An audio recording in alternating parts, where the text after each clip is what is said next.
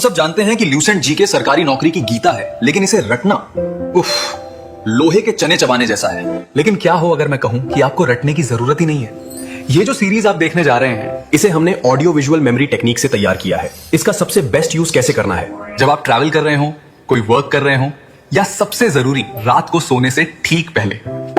बस हेडफोन लगाओ, आंखें बंद करो और सुन सुनकर सो जाओ। साइंस कहती है कि सोने से पहले सुनी गई बातें हमारा दिमाग सबकॉन्शियस मेमोरी में डाल देता है। मैं आपसे वादा करता हूं, अगर आपने इस पूरी सीरीज को इस तरह सुन लिया तो एग्जाम हॉल में एक एक सवाल का जवाब आपके दिमाग में गूंजेगा। एक और बात, अगर आपको रिवीजन के लिए इस पूरी बुक के बेस्ट कलरफुल नोट्स चाहिए तो लिंक डिस्क्रिप्शन में है। इसकी कीमत बस आपके एक नाश्ते के बराबर है। तो अभी चेक करें और अपनी तैयारी को नेक्स्ट लेवल पर ले जाएं। तो चलिए अपने हेडफोन लगा लीजिए, इतिहास रचने की शुरुआत करते हैं। नमस्ते। आज हम एक बहुत ही महत्वपूर्ण विषय शुरू करने जा रहे हैं। ये सफर है हमारे संविधान की जड़ों तक पहुंचने का। बिल्कुल। मतलब ये समझने का कि जिस किताब से आज हमारा देश चलता है, आखिर उसकी नींव कैसी रखी गई। हाँ, और ये बहुत जरूरी है समझना, क्योंकि हमारा संविधान कोई एक दिन में नहीं बना।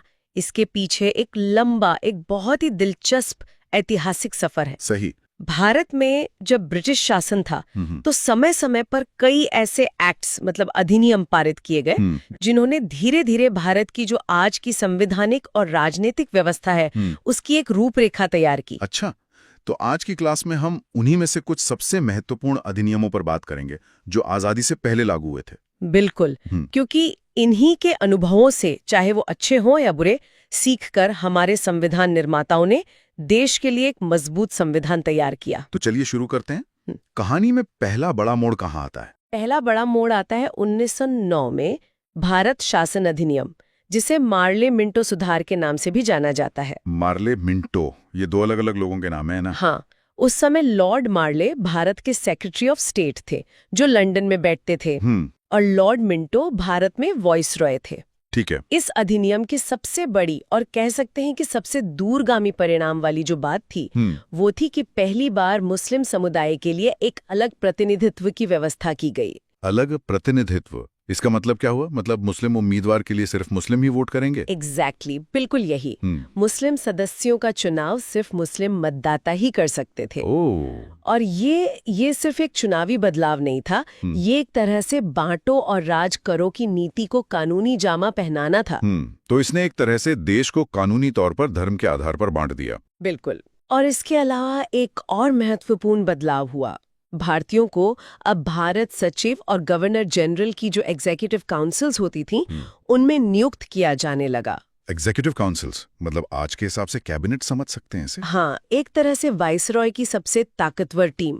और इसमें केंद्रीय और प्रांतीय विधान परिषदों का आकार भी बढ़ाया गया, सदस्यों की संख्या बढ़ी। तो उन्हें कुछ अधिकार भी मिले होंगे? हाँ, अब परिषद के सदस्य बजट पर चर्चा कर सकते थे, जनहित के विषयों पर प्रस्ताव रख सकते थे, पूरक प्रश्न पूछ सकते थे और वोट भी दे सकते थे।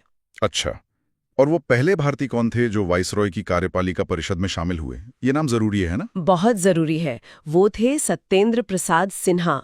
वो वाइसरॉय की कार्यपालिका परिषद में शामिल होने वाले पहले भारतीय सदस्य बने। उन्हें लॉ मेंबर के रूप में शामिल किया गया था। समझ गया। तो इसके 10 साल बाद 1919 में एक और बड़ा एक्ट आया, मॉन्टेग्यू चेम्सफोर्ड सुधार। हाँ, और इसने व्यवस्था में कई और बड़े बदलाव किए। जैसे? सबसे पहला, केंद्र में 2 सदनों वाली विधायिका की स्थापना हुई। अच्छा, मतलब जैसे आज लोकसभा और राज्यसभा हैं, वैसा कुछ। हाँ, आप कह सकते हैं कि ये उसका एक बहुत ही शुरुआती रूप था। पहली थी राज्य परिषद यानी काउंसिल ऑफ स्टेट, और दूसरी थी केंद्रीय विधानसभा यानी सेंट्रल लेजिस्लेटिव असेंबली। ओके, तो इसमें सदस्य कितने होते थे? राज्य परिषद में 60 सदस्य थे, जिनमें से 34 चुने जाते थे और 26 मनोनीत होते थे।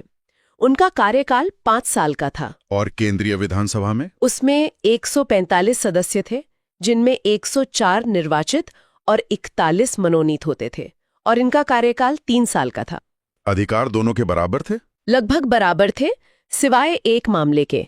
बजट पर स्वीकृति देने का जो अधिकार था वो सिर्फ विधानसभा के पास था। अच्छा, और इस अधिनियम का एक और बहुत बड़ा प्रावधान था, प्रांतों में द्वैध शासन। ये सुनने में बड़ा भारी लगता है, क्या था ये? द्वैध शासन यानी ड्यूअल गवर्नमेंट सिस्टम।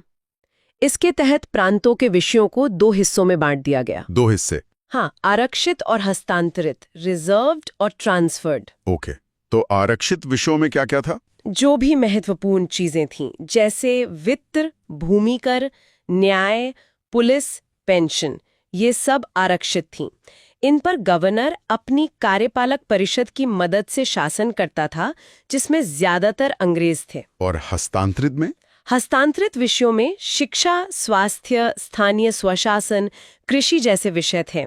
इन पर शासन तो गवर्नर ही करता था, लेकिन भारतीय मंत्रियों की सलाह से, और ये मंत्री विधान परिषद के प्रति उत्तरदायी थे। मतलब जिम्मेदारी दे दी, लेकिन पावर और पैसा अपने पास रख लिया। बिल्कुल। आपके पास स्कूल चलाने का विभाग तो है, पर उसके लिए पैसा कहाँ से आएगा, ये आपके हाथ में नहीं है। ये सिस्टम फेल होने के लिए ही बनाया गया था। तो ये व्यवस्था बाद में खत्म कर दी गई होगी? हाँ, ये जो द्वैध शासन की व्यवस्था थी, ये आगे चलकर 1935 के एक्ट द्वारा समाप्त कर दी गई। ठीक है, इस 1919 के एक्ट में और भी कुछ खास था? हाँ, 2 चीजें और थीं।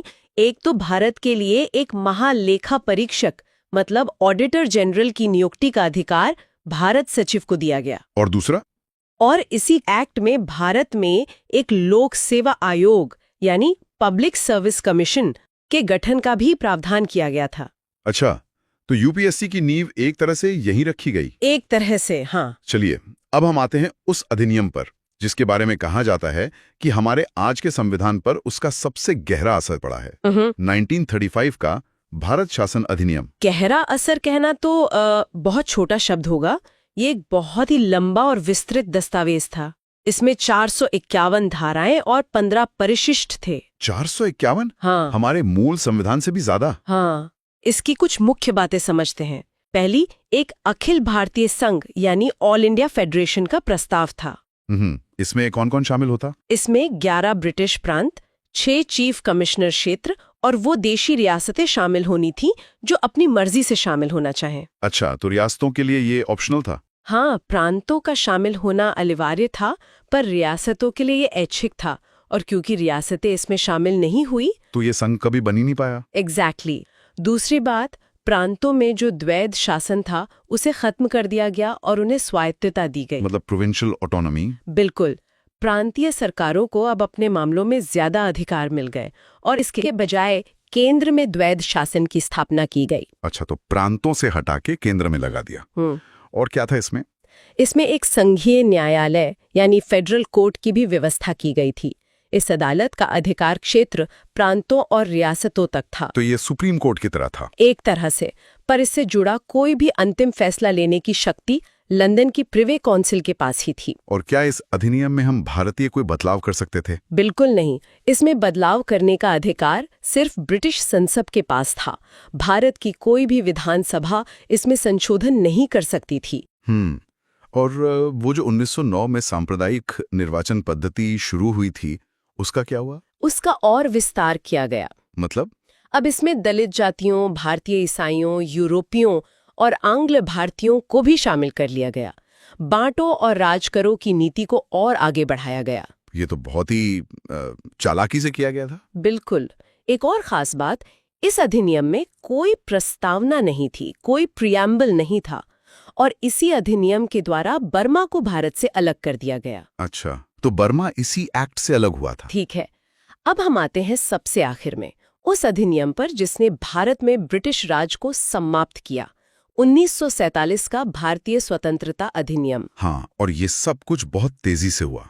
ये विधेयक 4 जुलाई 1947 को ब्रिटिश संसद में पेश हुआ और 18 जुलाई 1947 को इसे स्वीकृति मिल गई, सिर्फ 14 दिन के अंदर। सिर्फ 14 दिन में? मतलब अंग्रेज जाने की बहुत जल्दी में थे। बिल्कुल। इसके मुख्य प्रावधान बहुत सीधे और स्पष्ट थे।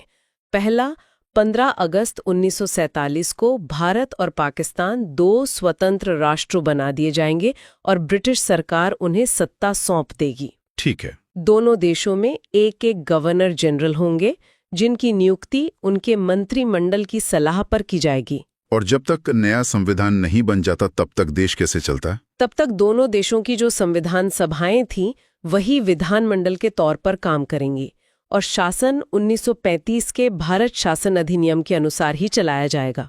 उसमें कुछ बदलाव करने की छूट थी? हाँ, दोनों देश अपनी जरूरत के हिसाब से उसमें बदलाव कर सकते थे। और उन सैकड़ों देसी रियासतों का क्या हुआ?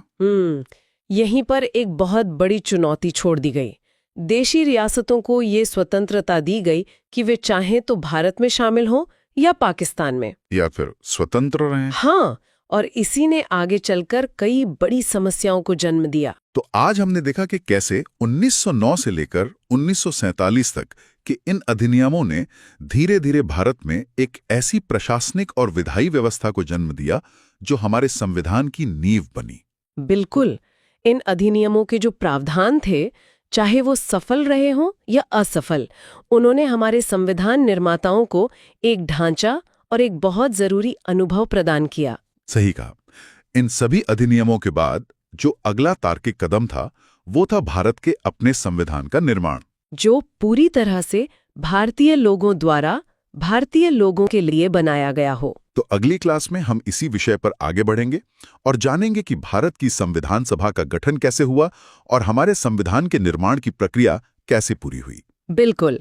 पर आज की बातचीत के बाद एक सवाल मन में आता है। क्या? वो ये कि हमारे संविधान निर्माताओं ने इन ब्रिटिश निर्मित कानूनों के कई हिस्सों को तो खारिज कर दिया, लेकिन उस औपनिवेशिक प्रशासनिक ढांचे का कितना डीएनए आज भी हमारे सिस्टम की नसों में दौड़ रहा है, सोचने वाली बात है। तो पिछली बार हमने देखा था कि कैसे आजादी की सुबह बस होने ही वाली थी। बिल्कुल। लेकिन आजादी के साथ एक बहुत बड़ी जिम्मेदारी भी दरवाजे पर खड़ी थी, एक बिल्कुल नए देश के लिए, एक नई रूल बुक, एक संविधान बनाने की। बिल्कुल, ये कोई छोटा मोटा काम नहीं था। नहीं, बिल्कुल नहीं। और इसी जिम्मेदारी को पूरा करने के लिए संविधान सभा यानी कॉन्स्टिट्यूएंट असेंबली का गठन हुआ। इसकी नींव रखी गई थी कैबिनेट मिशन की सिफारिशों पर, जो 1946 में भारत आया था। चलिए, तो अब इस पूरी प्रक्रिया की गहराई में उतरते हैं कि आखिर ये संविधान सभा बनी कैसे, इसमें कौन कौन लोग थे और किन चुनौतियों का सामना करते हुए उन्होंने हमारे संविधान को आकार दिया। तो शुरुआत करते हैं सदस्यों की संख्या से। कैबिनेट मिशन ने जो योजना दी, उसके हिसाब से संविधान सभा में कुल कितने सदस्य होने थे? कुल 389 सदस्य तय किए गए थे। 389। हाँ, और इसका बंटवारा भी आप कह सकती हैं बहुत सोचा समझा था। 292 प्रतिनिधि ब्रिटिश भारत के प्रांतों से आने थे, 4 प्रतिनिधि चीफ कमिश्नर क्षेत्रों से, जैसे दिल्ली, अजमेर, मेरवाड़ा। बिल्कुल, और बाकी 93 प्रतिनिधि देशी रियासतों से मनोनीत होने थे। अच्छा, और इन सदस्यों को चुनने के लिए फिर चुनाव भी हुए? हाँ, जुलाई 1946 में चुनाव हुए। ये चुनाव उन 296 सीटों के लिए थे जो प्रांतों और चीफ कमिश्नर क्षेत्रों को दी गई थीं। और इन चुनावों के नतीजों से उस वक्त की राजनीतिक तस्वीर साफ हो गई होगी। पूरी तरह से। कांग्रेस को 208 सीटें मिली, मुस्लिम लीग को 73 और 15 सीटें अन्य छोटे समूहों और स्वतंत्र उम्मीदवारों को मिली। तो चुनाव के बाद सभा की पहली बैठक, वो ऐतिहासिक दिन कब आया? संविधान सभा की पहली बैठक हुई 9 दिसंबर 1946 को नई दिल्ली में, उस जगह पर जिसे आज हम संसद भवन के सेंट्रल हॉल के नाम से जानते हैं। जी, उस समय उसे काउंसिल चैम्बर का पुस्तकालय भवन कहते थे।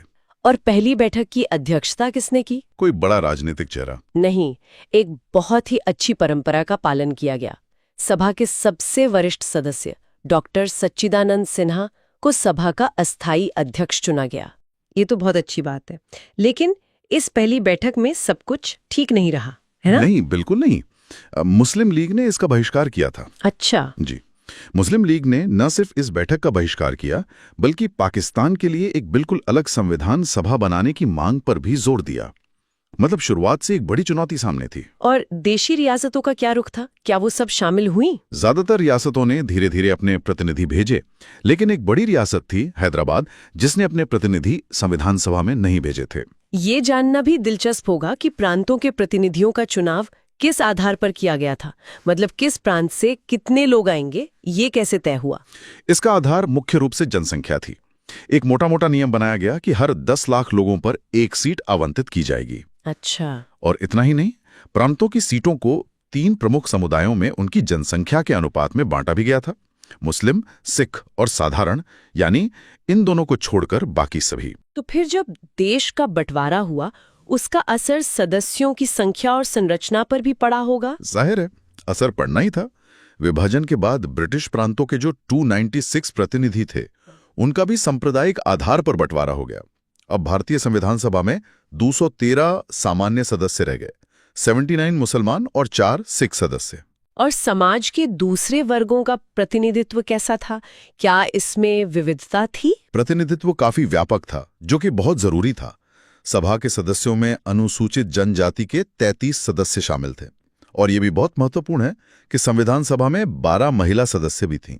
12 महिला सदस्य, ये उस दौर के हिसाब से बहुत बड़ी बात है। बहुत बड़ी बात है। तो डॉक्टर सिन्हा तो अस्थायी अध्यक्ष थे। स्थायी अध्यक्ष किसे और कब चुना गया? पहली बैठक के ठीक 2 दिन बाद 11 दिसंबर 1946 को डॉक्टर राजेंद्र प्रसाद को संविधान सभा का स्थायी अध्यक्ष निर्वाचित किया गया। तो अब अध्यक्ष चुने जाने के बाद सभा की कार्यवाही कैसे आगे बढ़ी? काम शुरू कैसे हुआ? कार्यवाही की असल शुरुआत हुई 13 दिसंबर 1946 को।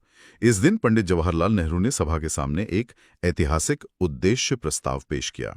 उद्देश्य प्रस्ताव? जी, इसी प्रस्ताव ने हमारे संविधान की पूरी विचारधारा और दर्शन की नींव रखी। एक तरह से यह हमारे संविधान का विजन डॉक्यूमेंट था। और इस प्रस्ताव को सभा ने कब स्वीकार किया? इस पे बहुत गहरी बहस हुई, विचार विमर्श हुआ और आखिरकार 22 जनवरी 1947 को उद्देश्य प्रस्ताव को सर्वसम्मति से स्वीकार कर लिया गया। इसके बाद काम को आसान बनाने के लिए समितियां बनाई गई होंगी? बिल्कुल। संविधान निर्माण के जटिल काम को बांटने के लिए कई समितियां बनाई गई। इनमें मुख्य थी वार्ता समिति, संघ संविधान समिति, प्रांतीय संविधान समिति, संघ शक्ति समिति और इन सब में शायद सबसे प्रसिद्ध प्रारूप समिति। हाँ, ड्राफ्टिंग कमेटी। इस प्रारूप समिति यानी ड्राफ्टिंग कमेटी पर थोड़ी और बात करते हैं। इसके गठन की जरूरत क्यों पड़ी? देखिए, संविधान का एक शुरुआती मसौदा सर BN राव ने तैयार किया था, जो उस समय संवैधानिक सलाहकार थे। उसी मसौदे पर विचार विमर्श करने और उसे अंतिम रूप देने के लिए संविधान सभा ने 29 अगस्त 1947 को एक संकल्प पारित करके प्रारूप समिति का गठन किया। और इसकी अध्यक्षता डॉक्टर भीमराव अंबेडकर को सौंपी गई। इसमें कुल कितने सदस्य थे? अध्यक्ष समेत इसमें कुल 7 सदस्य थे। डॉक्टर अंबेडकर के अलावा N. गोपाल स्वामी आयंगर, अल्लादी कृष्णा स्वामी अय्यर, कन्हैयालाल मणिकलाल मुंशी के मुंशी जी, सैयद मोहम्मद सादुल्ला, N. माधवराव और D.P. खेतान थे। इसमें भी बाद में कुछ बदलाव हुए थे, है ना? हाँ, हुए थे। N. माधवराव को BL मित्र की जगह पर लाया गया था और 1948 में D.P. खेतान की मृत्यु हो जाने के बाद T.T. कृष्णामाचारी को सदस्य बनाया गया। अच्छा।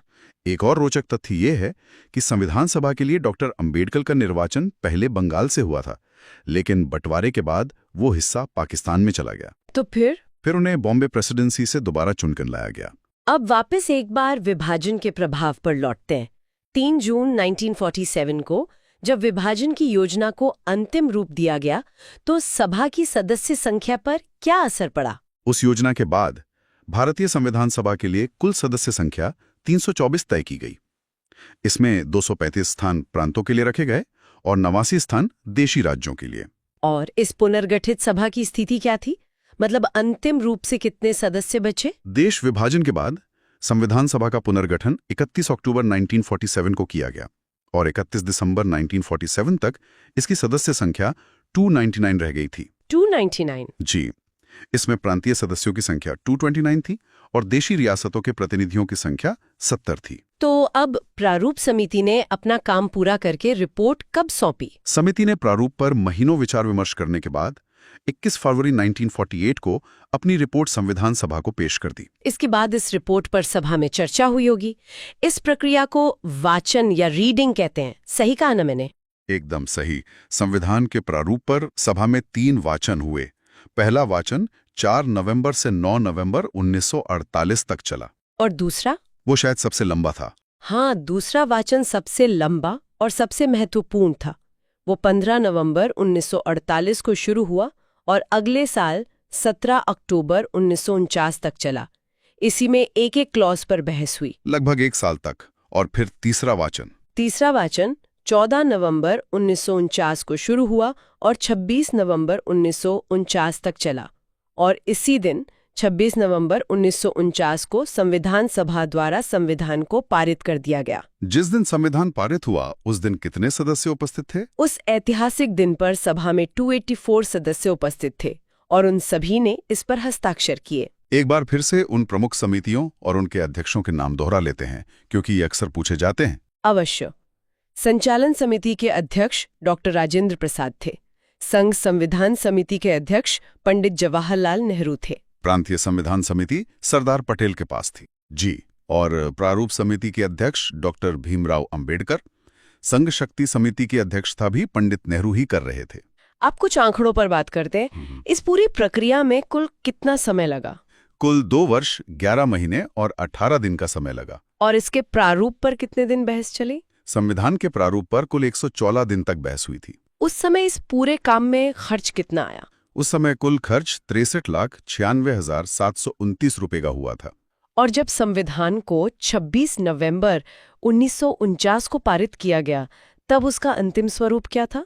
उस समय इसमें कुल 22 भाग, 395 अनुच्छेद और 8 अनुसूचियां थी। और वर्तमान में क्या स्थिति है? वर्तमान समय में भाग और अनुच्छेदों की संख्या वही है, लेकिन अनुसूचियों की संख्या बढ़कर 8 से 12 हो गई है। तो ये थी संविधान सभा के गठन से लेकर संविधान के पारित होने तक की एक विस्तृत यात्रा। बिल्कुल, ये एक असाधारण प्रक्रिया थी जिसमें विभाजन की चुनौतियों और विभिन्न विचारधाराओं के बीच बहस से गुजरते हुए दुनिया के सबसे लंबे लिखित संविधान ने आकार लिया। अगली कक्षा में हम संविधान के कुछ और महत्वपूर्ण पहलुओं, जैसे कि इसकी प्रस्तावना और विदेशी स्रोतों पर चर्चा करेंगे।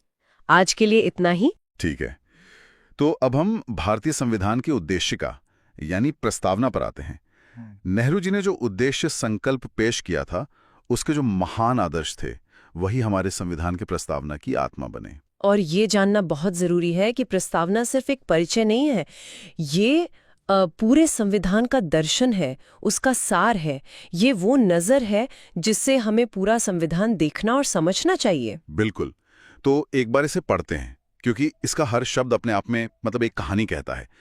1976 में 42वें संशोधन के बाद जो प्रस्तावना हमारे सामने है, वो कुछ इस तरह है। हाँ, हम भारत की लोग भारत को एक संपूर्ण प्रभुत्व संपन्न, समाजवादी, पंथनिरपेक्ष, लोकतंत्रात्मक गणराज्य बनाने के लिए तथा उसके समस्त नागरिकों को सामाजिक, आर्थिक और राजनीतिक न्याय, विचार, अभिव्यक्ति, विश्वास, धर्म और उपासना की स्वतंत्रता, प्रतिष्ठा और अवसर की समता प्राप्त कराने के लिए तथा उन सब में व्यक्ति की गरिमा और राष्ट्र की एकता और अखंडता सुनिश्चित करने वाली बंधुता बढ़ाने के लिए दृढ़ संकल्प होकर अपनी इस संविधान सभा में आज तारीख 26 नवंबर 1949 को एतद द्वारा इस संविधान को अंगीकृत, अधिनियमित और आत्मार्पित करते हैं। इसमें जो आखिरी 3 शब्द है ना, अंगीकृत, अधिनियमित और आत्मार्पित, ये बहुत शक्तिशाली हैं। हाँ, ये बहुत भारी शब्द लगते हैं। इनका मतलब है हम इसे अपनाते हैं, हम इसे कानून बनाते हैं और हम इसे खुद को ही सौंपते हैं। ये बाहरी सत्ता से आजादी का सबसे बड़ा ऐलान है। अच्छा, कि ये संविधान हमें किसी ने दिया नहीं, हमने इसे खुद बनाया और खुद को ही समर्पित किया है। यहां से हमारा पहला और सबसे दिलचस्प बिंदु निकल कर आता है। प्रस्तावना को संविधान की कुंजी कहा जाता है, पर इसका असल में मतलब क्या है? क्या ये सिर्फ एक खूबसूरत मुहावरा है? नहीं, ये एक बहुत ही व्यवहारिक बात है। इसे ऐसे समझिए कि अगर आप कोई बहुत जटिल मशीन इस्तेमाल कर रहे हैं और उसका कोई पुर्जा समझ नहीं आ रहा, तो आप क्या करते हैं? उसका यूजर मैनुअल देखते हैं। बिल्कुल, प्रस्तावना संविधान का वही फिलोसॉफिकल यूजर मैनुअल है। जब भी सुप्रीम कोर्ट या कोई भी जज संविधान के किसी अनुच्छेद के मतलब को लेकर उलझन में होता है, जब उसकी भाषा अस्पष्ट लगती है, तो वो इस कुंजी का इस्तेमाल करते हैं। अच्छा, वो प्रस्तावना को देखते हैं ताकि संविधान बनाने वालों की मूल सोच और इरादे को समझ सकें। अच्छा, तो ये एक तरह से संविधान का दिशा सूचक यंत्र है और इसकी शुरुआत ही होती है हम भारत के लोग से। ये सिर्फ 3 शब्द नहीं है, ये एक क्रांति है। हाँ, ये कहते हैं कि इस देश में असली मालिक, असली शक्ति का स्रोत कोई राजा या कोई बाहरी सरकार नहीं, बल्कि भारत के लोग हैं। बिल्कुल, ये संविधान की सबसे बुनियादी और मजबूत नींव है। इसका मतलब है कि सरकार को अपनी सारी शक्ति भारत की जनता से मिलती है। जनता ही सर्वोच्च है। सही। और इसी से जुड़ा है संप्रभुता का विचार, यानी भारत अपने आंतरिक और बाहरी फैसले लेने के लिए पूरी तरह से आजाद है। उस पर किसी और देश का कोई दबाव नहीं चल सकता, और ये आजादी भी उसे भारत के लोगों से ही मिलती है। लेकिन यहाँ पर एक बहुत बड़ा पेंच है जो अक्सर लोगों को उलझा देता है। प्रस्तावना में इतने बड़े बड़े वादे हैं, सामाजिक न्याय, अवसर की समता, पर अगर किसी को लगता है कि उसे ये नहीं मिल रहा, तो क्या वो प्रस्तावना का हवाला देकर अदालत जा सकता है? यही तो सबसे दिलचस्प बात है। नहीं जा सकता। नहीं जा सकता। नहीं, 1957 में यूनियन ऑफ इंडिया बनाम मदन गोपाल मामले में सुप्रीम कोर्ट ने ये साफ कर दिया था कि प्रस्तावना को न्यायालय में प्रवर्तित नहीं किया जा सकता। आसान भाषा में कहें तो ये कानूनी तौर पर लागू करने लायक नहीं है। तो फिर इसका क्या मतलब हुआ? क्या ये सिर्फ नैतिक सलाह है जिसकी कोई कानूनी मायने नहीं? अगर आप इसे लागू ही नहीं करवा सकते तो इसकी ताकत क्या है? देखिए, एक बहुत गहरा सवाल है। ये सीधे तौर पर लागू करने लायक अधिकार नहीं देता। उसके लिए हमारे पास मौलिक अधिकार और दूसरे कानून हैं, लेकिन प्रस्तावना शक्तिहीन नहीं है। ये वो कसौटी है जिस पर संसद द्वारा बनाए गए हर कानून को परखा जाता है। ये जजों के लिए वो रोशनी है जिसमें वो संविधान की व्याख्या करते हैं। तो ये सीधे अधिकार नहीं देती, पर अधिकारों की रक्षा करने और उन्हें सही मायने देने में एक बहुत बड़ी भूमिका निभाती है। इसी बात ने अदालतों में एक बड़ी बहस को जन्म दिया। एक सवाल कि आखिर प्रस्तावना का संविधान में स्टेटस क्या है? क्या ये संविधान का हिस्सा है भी या नहीं? हाँ, और यहीं से शुरू होती हमारी कहानी दो ऐतिहासिक अदालती मामलों की। हाँ, ये कहानी एक तरह की कानूनी जासूसी कहानी जैसी है। पहला बड़ा मोड़ आया 1960 में बेरूबाड़ी यूनियन मामले में। अच्छा। सुप्रीम कोर्ट ने माना कि हाँ, जहां संविधान की भाषा संदिग्ध हो वहां प्रस्तावना एक कुंजी की तरह मदद करती है। लेकिन फिर कोर्ट ने एक ऐसी बात कह दी जिसने सब कुछ बदल दिया। उन्होंने कहा कि प्रस्तावना संविधान का अंग नहीं है। ये तो बहुत बड़ी बात है। जी, इसका मतलब तो ये हुआ कि संसद इसमें कभी कोई बदलाव कर ही नहीं सकती, क्योंकि वो तो सिर्फ संविधान में संशोधन कर सकती है। बिल्कुल। कोर्ट ने इसे ऐसा बना दिया जैसे ये किताब का एक बहुत खूबसूरत कवर पेज तो है, लेकिन किताब का कोई चैप्टर नहीं है। तो 13 सालों तक, 1960 से 1973 तक प्रस्तावना एक तरह के कानूनी लिम्बो में फंसी रही। महत्वपूर्ण, लेकिन संविधान के शरीर का हिस्सा नहीं। और फिर आया 1973 का वो साल जिसने भारतीय संविधान को हमेशा के लिए बदल दिया। केशवानंद भारती बनाम केरल राज्य का मामला। हाँ, इसे भारतीय न्यायपालिका का सबसे महत्वपूर्ण फैसला माना जाता है। ये एक भूचाल की तरह था। 13 जजों की सबसे बड़ी बेंच बैठी और उन्होंने बेरूबाड़ी मामले में दिए अपने ही 13 साल पुराने फैसले को पलट दिया। हाँ, कोर्ट ने कहा हमसे गलती हुई थी। प्रस्तावना संविधान का एक बहुत ही महत्वपूर्ण और अभिन्न अंग है। और जैसे ही ये कहा, इसका सीधा मतलब निकला कि हाँ, संसद अनुच्छेद 668 के तहत इसमें संशोधन कर सकती है। तो संसद को शक्ति मिल गई, लेकिन सुप्रीम कोर्ट ने यहाँ एक और ट्विस्ट डाल दिया। उन्होंने संसद को असीमित शक्ति नहीं दी। यहीं पर मूल ढांचे का सिद्धांत सामने आया, जिसे थ्योरी ऑफ बेसिक स्ट्रक्चर कहते हैं। हाँ, ये सुप्रीम कोर्ट का एक मास्टर स्ट्रोक था। उन्होंने एक लक्ष्मण रेखा खींच दी। कोर्ट ने कहा ठीक है, संसद संविधान में संशोधन कर सकती है, प्रस्तावना में भी कर सकती है, लेकिन संविधान की कुछ बुनियादी चीजें हैं, उसकी नींव के पत्थर हैं, जैसे लोकतंत्र, पंथ निरपेक्षता, कानून का राज, शक्तियों का बंटवारा। आप इन्हें किसी भी संशोधन से हटा या कमजोर नहीं कर सकते। क्या कमाल की बात है। तो आप घर को रंग सकते हैं, फर्नीचर बदल सकते हैं, एक आध दीवार भी हटा सकते हैं। हाँ, लेकिन आप घर की नींव की दीवारों को नहीं छू सकते। हाँ, वरना पूरा घर ही ढह जाएगा। आपने बिल्कुल सही समझा। और कोर्ट ने ये भी कहा कि आप ऐसे संशोधन कर सकते हैं जो इस मूल ढांचे को और मजबूत करें। अच्छा। आप इसे और बड़ा और बेहतर बना सकते हैं, लेकिन इसे छोटा या कमजोर नहीं कर सकते। और इसी नई शक्ति और इस मूल ढांचे के सिद्धांत के आधार पर 1976 में 42वें संशोधन के जरिए प्रस्तावना में 3 नए शब्द जोड़े गए। समाजवादी, पंथ निरपेक्ष और राष्ट्र की अखंडता। जी, कोर्ट का मानना था कि ये शब्द पहले से ही संविधान की भावना में मौजूद थे। इस संशोधन ने तो बस उन्हें साफ साफ लिख दिया। तो ये थी प्रस्तावना की कहानी, कैसे वो सिर्फ एक परिचय से बढ़कर संविधान की आत्मा और मूल ढांचे का हिस्सा बनी। बिल्कुल। ये पूरी यात्रा ही अपने आप में फैसिनेटिंग है। अब ये सवाल उठता है कि ये जो इतने बेहतरीन विचार हमारे संविधान में हैं, लोकतंत्र, न्याय, स्वतंत्रता, ये सब आए कहाँ से? क्या हमारे संविधान निर्माताओं ने शून्य से सब कुछ बनाया, या उन्होंने दुनिया भर से सबसे अच्छे विचारों को चुना? उन्होंने दुनिया भर में बेस्ट आइडियाज की शॉपिंग की। हमारे संविधान निर्माता बहुत ही विद्वान और व्यावहारिक लोग थे। उन्होंने दुनिया के लगभग 60 संविधानों को खंगाला और जो भी विचार उन्हें भारत की मिट्टी और मिजाज के लिए सही लगा, उसे उठाया और भारतीय जरूरतों के हिसाब से ढाल लिया।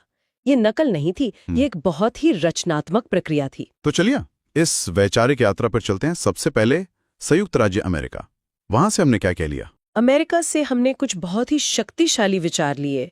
एक तो प्रस्तावना का विचार ही वहीं से प्रेरित है, लेकिन सबसे बड़ी चीजें थी मौलिक अधिकार यानी फंडामेंटल राइट्स, हाँ, और न्यायिक पुनरावलोकन यानी जुडिशियल रिव्यू।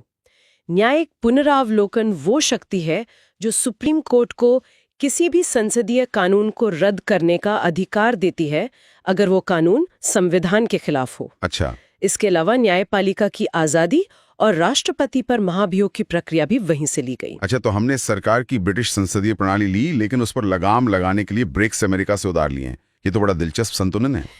ब्रिटेन से और क्या आया? ब्रिटेन से हमने सरकार का पूरा ढांचा ही ले लिया, जिसे हम संसदात्मक शासन प्रणाली कहते हैं, यानी प्रधानमंत्री और मंत्रिमंडल लोकसभा के प्रति जवाबदेह होंगे। क्योंकि हम इस प्रणाली के आदी थे, तो इसे अपनाना स्वाभाविक था। साथ ही एकल नागरिकता का विचार भी वहीं से आया, यानी हम सब सिर्फ भारत के नागरिक हैं, किसी राज्य के नहीं। ये देश को जोड़ने वाला एक मजबूत धागा है। अब बात करते हैं आयरलैंड की। वहां के संविधान से हमें क्या प्रेरणा मिली? आयरलैंड से हमने नीति निर्देशक सिद्धांत लिए, यानी डायरेक्टिव प्रिंसिपल्स।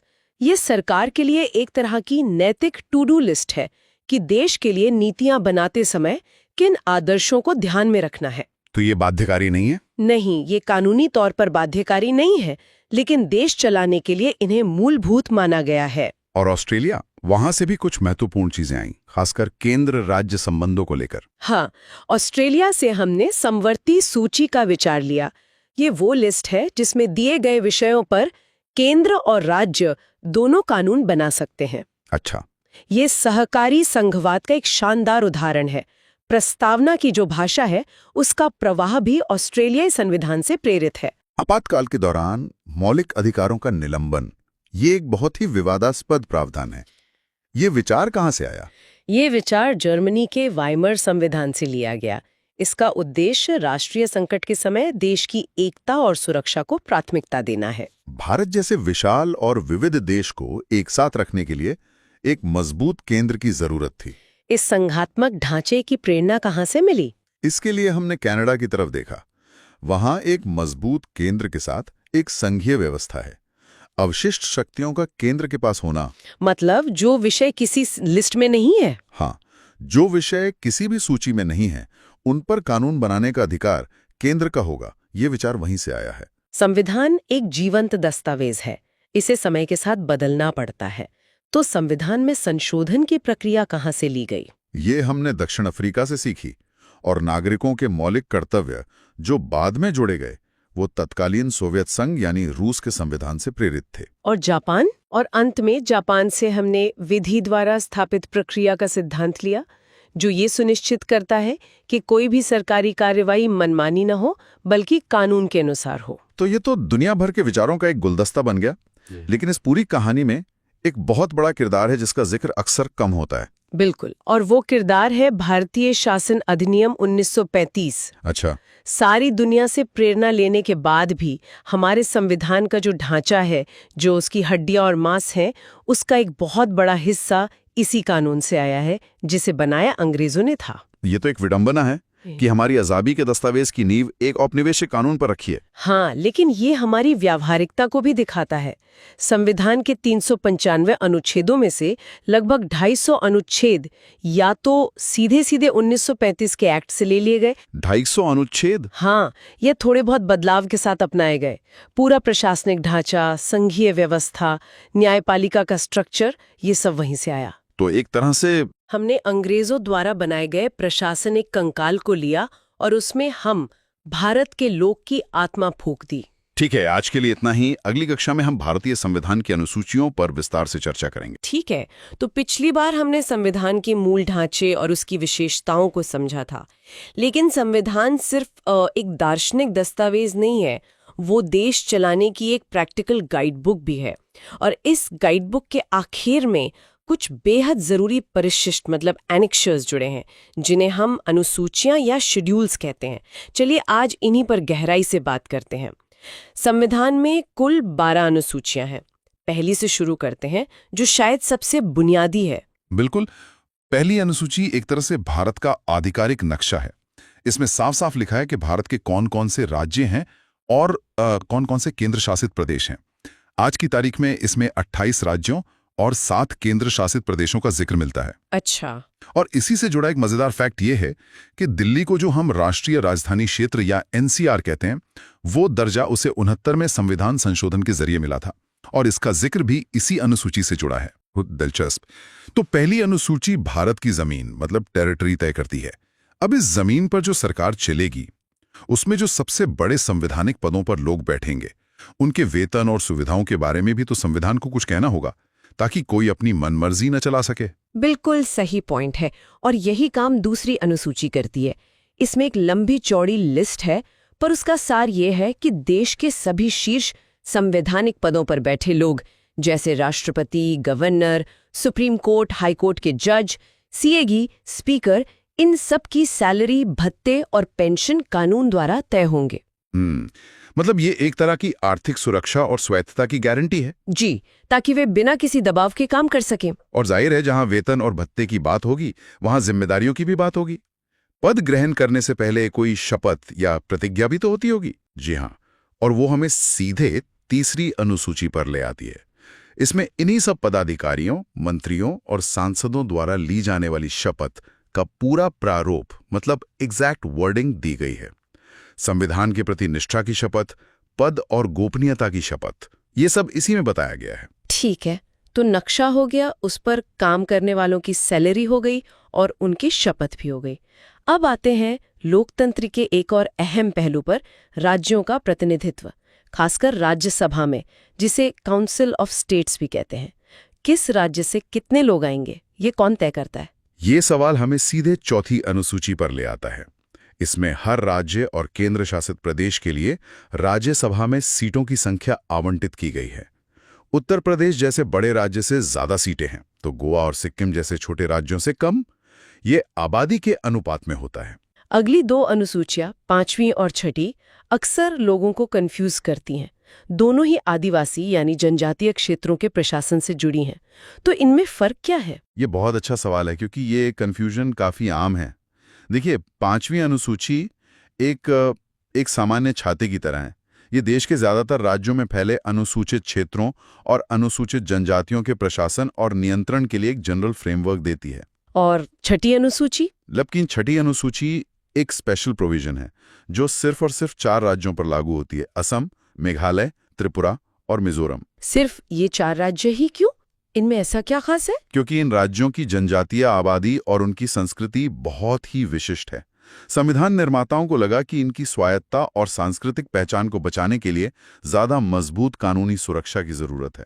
इसलिए 6ठी अनुसूची के तहत वहां स्वायत्त जिला परिषदों का गठन किया गया, जिन्हें अपने मामलों में कानून बनाने तक के अधिकार हैं। अच्छा, तो ये एक बड़ा फर्क है। 5वीं अनुसूची संरक्षण देती है और 6ठी अनुसूची स्वायत्तता देती है। बिल्कुल, ये एक बहुत ही अहम अंतर है। पहली है संघ सूची या यूनियन लिस्ट। इसमें रक्षा, विदेश मामले, रेलवे, करेंसी जैसे राष्ट्रीय महत्व के विषय हैं, जिन पर कानून बनाने का अधिकार सिर्फ केंद्र सरकार का है। सिर्फ और सिर्फ केंद्र सरकार का। शुरुआत में इसमें 97 विषय थे, अब लगभग 98 हैं। ठीक है, ये तो समझ आता है। और दूसरी लिस्ट? दूसरी है राज्य सूची या स्टेट लिस्ट। इसमें पुलिस, स्थानीय शासन, कृषि, जन स्वास्थ्य जैसे विषय हैं, जिन पर सामान्य तौर पर राज्य सरकारें कानून बनाती हैं। लेकिन यहाँ एक पेच है। वो क्या? अगर राष्ट्रीय हित का कोई मामला हो, तो केंद्र सरकार भी राज्य सूची के विषय पर कानून बना सकती है। समय के साथ इसके कुछ विषय हटाए गए हैं। पहले इसमें 66 थे, अब करीब 62 हैं। यहीं पर तो असली टकराव की गुंजाइश बनती होगी। और तीसरी लिस्ट, वो इस टकराव को और बढ़ाती है या सुलझाती है? तीसरी लिस्ट है समवर्ती सूची या कॉन्करेंट लिस्ट। इसमें शिक्षा, वन, मजदूर संघ जैसे विषय हैं। इस पर केंद्र और राज्य दोनों कानून बना सकते हैं। ये सहयोग की भावना को बढ़ावा देने के लिए है। लेकिन अगर दोनों के बनाए कानूनों में कोई टकराव हो, तब? तो हमेशा केंद्र का कानून ही मान्य होगा। ये भारत के संघीय ढांचे के एकात्मक झुकाव को दिखाता है। इसमें पहले 47 विषय थे जो अब बढ़कर 52 हो गए हैं। मतलब शक्तियों का बंटवारा तो है, लेकिन पलड़ा हमेशा केंद्र की तरफ थोड़ा भारी रहता है। चलिए अब भाषाओं पर आते हैं। भारत इतनी विविधताओं वाला देश है, तो संविधान ने भाषाओं को कैसे जगह दी? इसके लिए 8वीं अनुसूची है। इसमें भारत की मान्यता प्राप्त भाषाओं का उल्लेख है। एक दिलचस्प बात यह है कि जब संविधान बना था तब इसमें सिर्फ 14 भाषाएं थीं। सिर्फ 14? जी, लेकिन समय के साथ और भी भाषाओं को इसमें जोड़ा गया। जैसे 1967 में सिंधी को, फिर 1992 में कोंकणी, मणिपुरी और नेपाली को, और 2004 में मैथिली, संथाली, डोगरी और बोडो को शामिल किया गया। आज इसमें 22 भाषाएं हैं। ये दिखाता है कि हमारा संविधान कितना जीवंत है। 9वीं अनुसूची के बारे में मैंने सुना है कि ये बड़ी विवादास्पद रही है और इसे संविधान लागू होने के बाद पहले ही संशोधन में जोड़ दिया गया था। ऐसा क्यों? इसकी जरूरत क्यों पड़ी? हाँ, और इसकी कहानी बहुत दिलचस्प है। देखिए, आजादी के ठीक बाद सरकार जमींदारी खत्म करके भूमि सुधार कानून लाना चाहती थी, ताकि जमीन को गरीबों में बांटा जा सके। लेकिन इसमें क्या दिक्कत थी? बड़े बड़े जमींदार अपने मौलिक अधिकार यानी संपत्ति के अधिकार का हवाला देकर कोर्ट पहुंच गए और इन कानूनों पर रोक लगवा दी। ओहो, तो सरकार के सामने एक बड़ी मुश्किल खड़ी हो गई। वो जो सुधार करना चाहती थी, न्यायपालिका उसे रोक रही थी। बिल्कुल, इसी गतिरोध को तोड़ने के लिए सरकार 1951 में पहला संविधान संशोधन लाई और 9वीं अनुसूची जोड़ दी। ये एक तरह की कानूनी ढाल या सेफ बॉक्स था। सरकार ने भूमि सुधार से जुड़े सभी कानूनों को इस बॉक्स में डाल दिया और कह दिया कि इस अनुसूची में शामिल किसी भी कानून को इस आधार पर कोर्ट में चुनौती नहीं दी जा सकती कि वो मौलिक अधिकारों का हनन करता है। मतलब एक तरह से न्यायिक समीक्षा से ही छूट दे दी गई। क्या ये आज भी वैसा ही है? पहले ऐसा भी माना जाता था, लेकिन यहां सुप्रीम कोर्ट ने एक ऐतिहासिक फैसला दिया। 11 जनवरी 2007 को कोर्ट ने कहा कि 24 अप्रैल 1973 के बाद इस अनुसूची में डाले गए किसी भी कानून की न्यायिक समीक्षा हो सकती है अगर वो संविधान के मूल ढांचे का उल्लंघन करता हो। तो अब वो सेफ बॉक्स पूरी तरह से बंद नहीं है। चलिए, ये तो हुई न्यायपालिका और सरकार के बीच की खींचतान। अब राजनीति की एक और समस्या पर आते हैं, दल बदल। आया राम गया राम की राजनीति को रोकने के लिए भी तो संविधान में कुछ किया गया होगा। हाँ, 1980 के दशक में ये एक बड़ी समस्या बन गई थी। इसी को रोकने के लिए 1985 में 52वें संशोधन के जरिए 10वीं अनुसूची जोड़ी गई। इसमें दल बदल को रोकने के लिए कड़े प्रावधान हैं कि किन परिस्थितियों में किसी विधायक या सांसद की सदस्यता रद्द हो सकती है। और अब आखिरी 2 अनुसूचियों पर आते हैं, 11वीं और 12वीं। इन्हें भी बाद में जोड़ा गया और ये सत्ता को जमीनी स्तर पर पहुंचाने से जुड़ी हैं, है ना? जी, 11वीं अनुसूची को 73वें संशोधन 1993 में जोड़ा गया। इसने पंचायती राज को संवैधानिक दर्जा दिया और पंचायतों को काम करने के लिए 29 विषय दिए, जैसे सड़क, पानी, स्थानीय स्कूल वगैरह। और 12वीं अनुसूची? ठीक इसी तरह 12वीं अनुसूची को 74वें संशोधन से जोड़ा गया और इसने शहरी स्थानीय निकायों यानी नगरपालिकाओं को काम करने के लिए 18 विषय दिए। ये दोनों अनुसूचियां लोकतंत्र को जमीनी स्तर पर मजबूत करती हैं। तो ये अनुसूचियां एक तरह से देश को चलाने की पूरी ऑपरेटिंग मैनुअल है।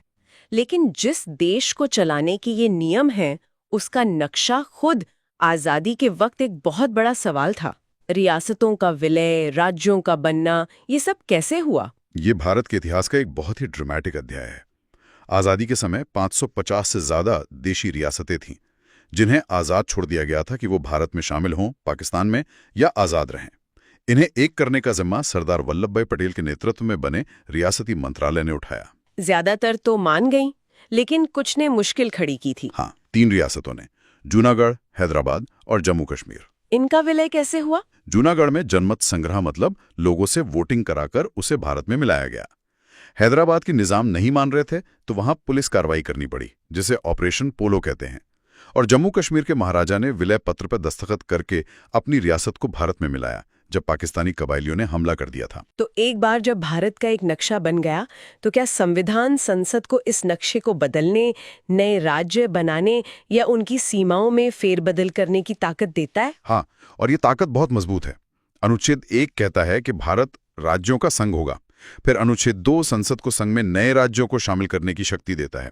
और अनुच्छेद 3 अनुच्छेद 3 संसद को किसी भी मौजूदा राज्य का क्षेत्र घटाने, बढ़ाने, उसकी सीमा बदलने या यहां तक कि उसका नाम बदलने की भी पूरी शक्ति देता है। और इसी शक्ति का इस्तेमाल करके भारत में राज्यों का पुनर्गठन हुआ, जिसकी सबसे बड़ी मांग भाषा के आधार पर थी। लेकिन सरकार तो शुरुआत में इसके सख्त खिलाफ थी। उन्हें डर किस बात का था? उन्हें डर था कि अगर भाषा के आधार पर देश को बांटा गया तो देश की एकता को खतरा हो सकता है और नई नई मिली आजादी के लिए ठीक नहीं होगा। इसी की जांच के लिए पहले एस.के. धर की अध्यक्षता में एक आयोग बना, जिसने भाषाई आधार को खारिज कर दिया और प्रशासनिक सुविधा को आधार बनाने को कहा। नहीं, फिर कांग्रेस ने अपनी एक समिति बनाई, जवाहरलाल नेहरू, वल्लभ भाई पटेल और पट्टाभी सीतारामैया की जेवीपी समिति। जी, जिसे जेवीपी समिति कहते हैं। इस हाई प्रोफाइल समिति ने भी भाषा के आधार पर राज्यों के पुनर्गठन की मांग को खारिज कर दिया। लगा कि अब ये मामला ठंडे बस्ते में चला गया है। फिर इन रिपोर्टों के बावजूद भाषा के आधार पर पहला राज्य बना कैसे? कोई तो चिंगारी लगी होगी जिसने आग लगा दी। वो चिंगारी एक व्यक्ति का बलिदान थी। जेवीपी समिति की रिपोर्ट के बाद मद्रास राज्य के तेलुगु भाषी लोगों ने पुट्टी श्रीरामुलु के नेतृत्व में आंदोलन तेज कर दिया। उन्होंने आमरण अनशन शुरू किया। 56 दिन का आमरण अनशन, ये तो कल्पना करना भी मुश्किल है। हाँ, 56 दिन के अनशन के बाद 15 दिसंबर 1952 को उनकी मृत्यु हो गई। उनकी मृत्यु की खबर फैलते ही पूरे आंध्र क्षेत्र में हिंसक प्रदर्शन भड़क उठे। हालात इतने बेकाबू हो गए कि प्रधानमंत्री नेहरू को मजबूरन तेलुगु भाषियों के लिए एक अलग राज्य आंध्र प्रदेश के गठन की घोषणा करनी पड़ी। तो मतलब 1 अक्टूबर 1953 को आंध्र प्रदेश भाषा के आधार पर बनने वाला भारत का पहला राज्य बना। जी, उस समय इसकी राजधानी कुरनूल थी। मतलब एक व्यक्ति के बलिदान ने सरकार को अपनी पूरी नीति बदलने पर मजबूर कर दिया और देश का नक्शा बदलना शुरू हो गया। जी, ये तो लोकतंत्र में जनता की ताकत का एक जबरदस्त उदाहरण है। इसके बाद सरकार समझ गई कि इस मुद्दे को अब टाला नहीं जा सकता। जी तब फजल अली की अध्यक्षता में एक राज्य पुनर्गठन आयोग बनाया गया। जी इस आयोग की रिपोर्ट के आधार पर 1956 में राज्य पुनर्गठन अधिनियम पास हुआ, जिसने भारत को 14 राज्यों और 6 केंद्र शासित प्रदेशों में बांट दिया। जी इसने मोटे तौर पर भाषा को राज्यों के गठन का आधार मान लिया। उस समय भारत में कुछ फ्रांसीसी और पुर्तगाली बस्तियां भी थीं। उनका विलय कैसे हुआ? 1954 में फ्रांस ने अपनी बस्तियां पौंडीचेरी, यनाम, चंद्रनगर, करिकाल, शांति से भारत को सौंप दी, जिन्हें मिलाकर पौंडीचेरी केंद्र शासित प्रदेश बना। जी लेकिन पुर्तगाल गोवा, दमन और दीव को छोड़ने को तैयार नहीं था। तो वहां क्या हुआ? आखिरकार दिसंबर 1961 में सैन्य कार्यवाही करके इन इलाकों को आजाद कराया गया और संविधान में संशोधन करके भारत का अंग बना लिया गया। और राज्यों के बनने का ये सिलसिला 1956 के बाद भी जारी रहा। जैसे बम्बई राज्य का विभाजन हुआ। जी 1 मई 1960 को मराठी और गुजराती भाषियों के बीच संघर्ष के कारण बम्बई राज्य को 2 हिस्सों में बांटा गया, महाराष्ट्र और गुजरात। जी फिर 1 दिसंबर 1963 को नागा आंदोलन के बाद नागालैंड को अलग राज्य का दर्जा मिला। और पंजाब? 1 नवंबर 1966 को पंजाब का एक और बड़ा विभाजन हुआ। पंजाबी भाषी इलाकों को पंजाब और हिंदी भाषी इलाकों को हरियाणा नाम से नया राज्य बनाया गया। और 70 के दशक की शुरुआत में उत्तर पूर्व में कई बड़े बदलाव हुए। हाँ, पहले तो उत्तर भारत में 25 जनवरी 1971 को हिमाचल प्रदेश को पूर्ण राज्य का दर्जा मिला और उसके ठीक 1 साल बाद 21 जनवरी 1972 को उत्तर पूर्व का नक्शा बदला, जब मणिपुर, त्रिपुरा और मेघालय तीनों को एक साथ पूर्ण राज्य का दर्जा दिया गया। ठीक है, तो आज हमने 1972 तक भारत के राजनीतिक नक्शे के बनने और बदलने की इस पूरी प्रक्रिया को काफी विस्तार से देखा। ये सिर्फ लकीरें खींचना नहीं था, बल्कि इसके पीछे लोगों की आकांक्षाएं, आंदोलन और बलिदान की कहानियां थीं। बिल्कुल, हमने समझा कि कैसे भाषाई, सांस्कृतिक और प्रशासनिक जरूरतों के आधार पर भारत का नक्शा लगातार विकसित होता रहा और संविधान ने इसके लिए जरूरी ढांचा और लचीलापन दोनों मुहैया कराए। तो 1972 तक तो हम पहुंच गए हैं, लेकिन कहानी अभी खत्म नहीं हुई है। इसके बाद भी सिक्किम का विलय हुआ, मिजोरम और गोवा जैसे राज्य बने। अगली बार हम इसी क्रम को आगे बढ़ाएंगे और जानेंगे कि भारत का मौजूदा नक्शा अपनी अंतिम शक्ल में कैसे आया। साथ ही हम क्षेत्रीय परिषदों की संरचना और उनके कार्यों पर भी नजर डालेंगे। तो इस तरह 12वें संविधान संशोधन 1962 के जरिए गोवा, दमन और दीव को भारत का एक अभिन्न अंग बना दिया गया। जी, पहले एक संघ राज्य क्षेत्र के तौर पर। हाँ, अब अगर हम 1960 के बाद बने दूसरे नए राज्यों की बात करें तो सबसे पहले शायद बम्बई का जिक्र आता है। बिल्कुल, 1 मई 1960 को मतलब एक बहुत बड़ा पुनर्गठन हुआ। उस समय जो बॉम्बे राज्य था, वहां मराठी और गुजराती भाषियों के बीच काफी कह सकते हैं कि तनाव था। हाँ, अपनी अपनी भाषा के आधार पर अलग राज्य की मांग को लेकर, है ना? जी, और इसी संघर्ष के कारण बॉम्बे राज्य को बांटा गया और उससे बने 2 नए राज्य, महाराष्ट्र और गुजरात। ठीक है, और गोवा की बात पर वापस आएं तो भारत सरकार ने उस पर अधिकार कैसे किया? मतलब वो तो पुर्तगालियों के अधीन था। हाँ, तो हुआ ये कि भारत सरकार ने 18 दिसंबर 1961 को गोवा, दमन और दीव की मुक्ति के लिए पुर्तगालियों के विरुद्ध सैनिक कार्रवाई की। अच्छा, मतलब मिलिट्री एक्शन लेना पड़ा। जी, और उसके बाद उन पर पूरी तरह से अधिकार कर लिया गया। और इसी दौर में पूर्वोत्तर में भी काफी कुछ चल रहा था। नागालैंड की बात करते हैं। हाँ, नागा आंदोलन एक बहुत बहुत पुराना और मजबूत आंदोलन था। वो अपनों अलग पहचान चाहते थे, तो इसी के चलते असम को विभाजित करना पड़ा। और नागालैंड एक अलग राज्य बना। जी, 1 दिसंबर 1963 को नागालैंड को एक अलग राज्य का दर्जा दिया गया। फिर अगर उत्तर भारत की तरफ देखें तो पंजाब में भी एक बड़ा भाषाई आंदोलन चल रहा था। बिल्कुल, पंजाबी सूबा आंदोलन, और उसी के परिणाम स्वरूप 1 नवंबर 1966 को पंजाब का फिर से विभाजन हुआ। तो इसमें से कौन कौन से राज्य बने? एक तो पंजाबी भाषी लोगों के लिए पंजाब बना, और जो हिंदी भाषी इलाके थी उनसे हरियाणा बना दिया गया। एकदम सही। तो इस तरह 2 राज्य बना दिए गए। ये तो 60 के दशक की बात हो गई। 70 के दशक में भी ये प्रक्रिया जारी रही। हाँ बिल्कुल, 21 जनवरी 1972 को एक साथ 3 राज्यों को पूर्ण राज्य का दर्जा मिला। 3 राज्य कौन कौन से? मणिपुर, त्रिपुरा और मेघालय। अच्छा, ये तीनों पहले केंद्र शासित प्रदेश थे? मणिपुर और त्रिपुरा थे, और मेघालय को असम से अलग करके बनाया गया था। और सिक्किम का भारत में विलय भी तो इसी दशक में हुआ था। वो कहानी भी बहुत दिलचस्प है। जी, 26 अप्रैल 1975 को सिक्किम भारत का 22वां राज्य बना। वो एक कह सकते हैं कि पूरी तरह से एक लोकतांत्रिक विलय था। ठीक है, फिर 80 के दशक में भी कुछ नए राज्य बने। हाँ, 80 के दशक के आखिर में 20 फरवरी 1987 को मिजोरम और अरुणाचल प्रदेश, इन दोनों को पूर्ण राज्य का दर्जा दिया गया। ये भी पूर्वोत्तर के ही राज्य हैं। जी, और इसके ठीक बाद 30 मई 1987 को गोवा को भी आखिरकार राज्य का दर्जा मिल ही गया। अच्छा, तो गोवा 25वां राज्य बना, मतलब आजादी के इतने साल बाद। हाँ, उसे राज्य बनने में काफी समय लगा। और फिर आया साल 2000, जब एक साथ 3 बड़े राज्य बने। हाँ, ये एक बहुत बड़ा साल था राज्यों के पुनर्गठन के लिहाज से। 1 नवंबर 2000 को बना छत्तीसगढ़, भारत का 26वां राज्य। जी। फिर 9 नवंबर 2000 को उत्तराखंड, जो 27वां राज्य था, और उसके कुछ ही दिन बाद 15 नवंबर 2000 को झारखंड 28वां राज्य बना। तो इस तरह आज भारत में 28 राज्य और 8 केंद्र शासित प्रदेश हैं। बिल्कुल, और ये सभी संविधान की पहली अनुसूची में शामिल हैं। बिल्कुल। अब इतने सारे राज्य बन गए तो इनके बीच एक और महत्वपूर्ण विषय जुड़ता है, वो है क्षेत्रीय परिषदें, जोनल काउंसिल्स। हाँ, ये बहुत ही जरूरी विषय है। देखिए, जब इतने राज्य होंगे तो उनके बीच आपसी सहयोग और समन्वय के लिए कोई मंच तो चाहिए। बिल्कुल। इसी सोच के साथ भारत में 5 क्षेत्रीय परिषदों की स्थापना की गई, और इनका गठन राष्ट्रपति के द्वारा किया जाता है। और इनका अध्यक्ष कौन होता है? देश के केंद्रीय गृह मंत्री या फिर राष्ट्रपति किसी और केंद्रीय मंत्री को मनोनीत कर सकते हैं। वो इन परिषदों के अध्यक्ष होते हैं। और उपाध्यक्ष? जो सदस्य राज्य हैं, उनके मुख्यमंत्री। वो बारी बारी से, मतलब हर साल बदलते रहते हैं, उपाध्यक्ष बनते हैं। यहाँ एक सवाल उठता है, क्या ये परिषदें संवैधानिक निकाय हैं? मतलब क्या इनका जिक्र संविधान में है? नहीं, और ये समझना बहुत जरूरी है। ये संवैधानिक नहीं बल्कि सांविधिक निकाय हैं, स्टैट्यूटरी बॉडीज। अच्छा, मतलब इन्हें संसद ने एक कानून बनाकर बनाया है। बिल्कुल सही। इनका गठन संसद के एक अधिनियम, राज्य पुनर्गठन अधिनियम 1956 के तहत किया गया है। तो चलिए अब इन 5 परिषदों पर एक एक करके बात करते हैं।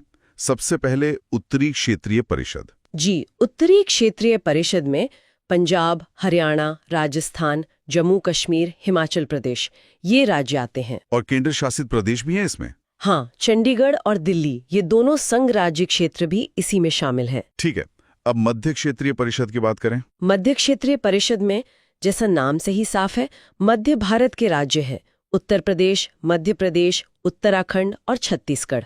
ये दिलचस्प है कि उत्तराखंड और छत्तीसगढ़, जो कभी यूपी और एमपी का हिस्सा थे, जी अब उसी परिषद में अपने मूल राज्यों के साथ बैठते हैं। जी इससे बंटवारे से जुड़े कई पुराने मुद्दों को सुलझाने में भी मदद मिलती है। सही। अब पूर्वी क्षेत्रीय परिषद। पूर्वी क्षेत्रीय परिषद में बिहार, पश्चिम बंगाल, उड़ीसा, झारखंड, असम, सिक्किम, मणिपुर, त्रिपुरा, मेघालय, नागालैंड, अरुणाचल प्रदेश और मिजोरम शामिल हैं।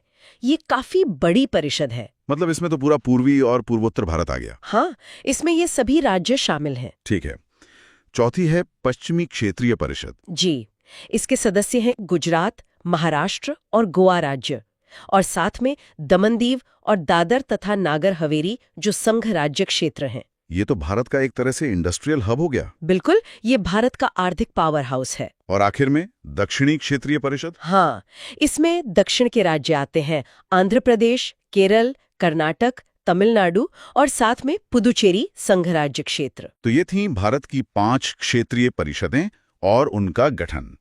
अगली कक्षा में फिर हम भारतीय संविधान के प्रमुख भागों पर चर्चा शुरू करेंगे। हाँ बिल्कुल, लेकिन जाने से पहले इस पर विचार करना जरूरी है, इन क्षेत्रीय परिषदों का गठन राज्यों के बीच सहयोग और समन्वय को बढ़ावा देने के लिए किया गया था। आज के बदलते राजनीतिक परिदृश्य में क्या ये परिषदें अपने उद्देश्यों को पूरा करने में सफल रही हैं या वे केवल सलाहकार बैठके बनकर रह गई हैं? इसके बारे में सोचिएगा। तो चलिए, आज हम संविधान के भाग 2 पर अपनी चर्चा शुरू करते हैं, जो है नागरिकता। बिल्कुल, इसका वर्णन हमें अनुच्छेद 5 से लेकर अनुच्छेद 11 तक में मिलता है। और सबसे पहली और मुझे लगता है सबसे महत्वपूर्ण बात जो हमें याद रखनी है वो ये है कि भारत में एकल नागरिकता का प्रावधान है। हाँ, सिंगल सिटीजनशिप। इसका मतलब आप सिर्फ भारत के नागरिक हैं, किसी एक राज्य के नहीं। जैसे अमेरिका में होता है कि आपके पास एक फेडरल और एक स्टेट दोनों नागरिकता होती है, वैसा यहाँ नहीं है। बिल्कुल नहीं, यहाँ आपकी पहचान सिर्फ भारतीय है। ठीक है, तो अब सवाल ये उठता है कि भारत की नागरिकता मिलती कैसे है? इसके लिए एक पूरा कानून है, भारतीय नागरिकता अधिनियम 1955। अच्छा। और इस अधिनियम के हिसाब से किसी भी व्यक्ति को भारतीय नागरिकता कुछ आधारों पर मिल सकती है। तो हम एक एक करके इन सभी को समझते हैं। बिल्कुल, तो सबसे पहला आधार क्या है? सबसे पहला और सबसे स्वाभाविक है जन्म से नागरिकता। जन्म से मतलब जिसका जन्म भारत में हुआ हो? हाँ बिल्कुल, इसका मतलब है कि हर वो व्यक्ति जिसका जन्म भारत में 26 जनवरी 1950 को या उसके बाद हुआ हो, वो जन्म से ही भारत का नागरिक माना जाएगा। पर इसमें एक अपवाद भी तो है ना? हाँ, एक छोटा सा अपवाद है। भारत में जन्मे विदेशी राजनयिकों मतलब डिप्लोमैट्स के बच्चे, अच्छा, और शत्रुओं के बच्चे, वो इस प्रावधान के अंतर्गत नहीं आते हैं। ठीक है, ये तो हुई उनकी बात जिनका जन्म भारत में हुआ, लेकिन उन लोगों का क्या जिनका जन्म भारत के बाहर किसी दूसरे देश में हुआ हो? बहुत अच्छा सवाल है, और यहीं पर नागरिकता का दूसरा आधार सामने आता है, वंश परंपरा द्वारा नागरिकता। वंश परंपरा? हाँ, नियम यह है कि अगर किसी व्यक्ति का जन्म 26 जनवरी 1950 के बाद भारत के बाहर हुआ हो और उसके जन्म के समय उसके माता पिता में से कोई एक भारत का नागरिक हो, तो वो व्यक्ति भी भारत का नागरिक माना जाएगा। एक मिनट, यहाँ एक बहुत जरूरी बात है। पहले तो जहाँ तक मुझे याद है, नागरिकता का आधार सिर्फ पिता की नागरिकता होती थी। बिल्कुल सही पकड़ा आपने, पहले यही नियम था, लेकिन नागरिकता संशोधन अधिनियम 1992 के द्वारा ये प्रावधान बदला गया। अच्छा, तो 1992 में बदलाव आया? हाँ, और ये तय किया गया कि माता की नागरिकता के आधार पर भी विदेश में जन्मे व्यक्ति को नागरिकता दी जा सकती है। ये तो बहुत ही महत्वपूर्ण बदलाव था। बिल्कुल। चलिए अब तीसरे आधार पर आते हैं, वो है देशीकरण द्वारा नागरिकता। देशीकरण या नेचुरलाइजेशन। हाँ, ये एक और तरीका है। कोई भी विदेशी व्यक्ति जो कुछ शर्तों को पूरा करता है, वो भारत सरकार से देशीकरण का प्रमाण पत्र प्राप्त करके भारत की नागरिकता हासिल कर सकता है। ठीक है, और चौथा तरीका? चौथा तरीका है पंजीकरण द्वारा नागरिकता यानी रजिस्ट्रेशन से। इसमें कौन कौन से लोग आते हैं? इसमें कुछ विशेष वर्ग हैं, जैसे पहला तो ये कि वे व्यक्ति जो पंजीकरण के लिए प्रार्थना पत्र देने की तारीख से कम 6 महीने पहले से भारत में रह रहे हों। सिर्फ 6 महीने? हाँ, उस समय यही था। दूसरा, वे भारतीय जो अविभाज्य भारत से बाहर किसी दूसरे देश में निवास कर रहे हों। तीसरा, वे स्त्रियां जिन्होंने किसी भारतीय से विवाह कर लिया है या भविष्य में विवाह करने वाली हैं। अच्छा। चौथा है भारतीय नागरिकों के नाबालिग बच्चे। ठीक है। और पांचवा, राष्ट्रमंडलीय देशों के वे नागरिक जो भारत में रहते हैं या भारत सरकार की नौकरी कर रहे हों। तो ये सभी लोग आवेदन देकर नागरिकता प्राप्त कर सकते हैं। जी हाँ। और अब आते हैं पांचवें और सबसे सीधे तरीके पर। वो कौन सा है? भूमि विस्तार द्वारा। हाँ, ये तो नाम से ही साफ है। बिल्कुल। अगर भविष्य में किसी नए भूभाग को भारत में शामिल किया जाता है तो उस क्षेत्र में रहने वाले व्यक्तियों को मतलब अपने आप ही भारत की नागरिकता मिल जाती है। ठीक है, तो ये थे 1955 के अधिनियम के मुख्य प्रावधान, लेकिन इनमें बाद में कुछ बदलाव भी तो हुए, खासकर 1986 में। हाँ बिल्कुल। नागरिकता संशोधन अधिनियम 1986 ने कुछ बहुत जरूरी बदलाव किए। क्या थे वो मुख्य संशोधन?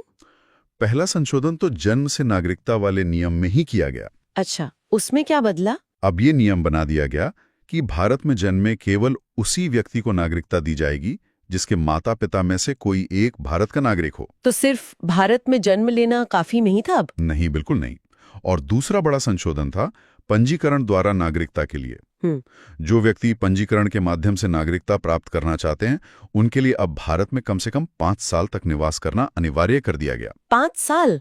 अरे वाह, पहले तो ये अवधि सिर्फ 6 महीने की थी। जी। तो ये एक बड़ा बदलाव था। और ये अधिनियम जम्मू कश्मीर और असम सहित भारत के सभी राज्यों पर लागू होता है। ठीक है, तो हमने नागरिकता पाने के तरीके समझ लिए। अब सिक्के का दूसरा पहलू देखते हैं, मतलब भारतीय नागरिकता का अंत कैसे हो सकता है? हाँ, जिस तरह नागरिकता प्राप्त की जा सकती है उसी तरह इसका अंत भी हो सकता है।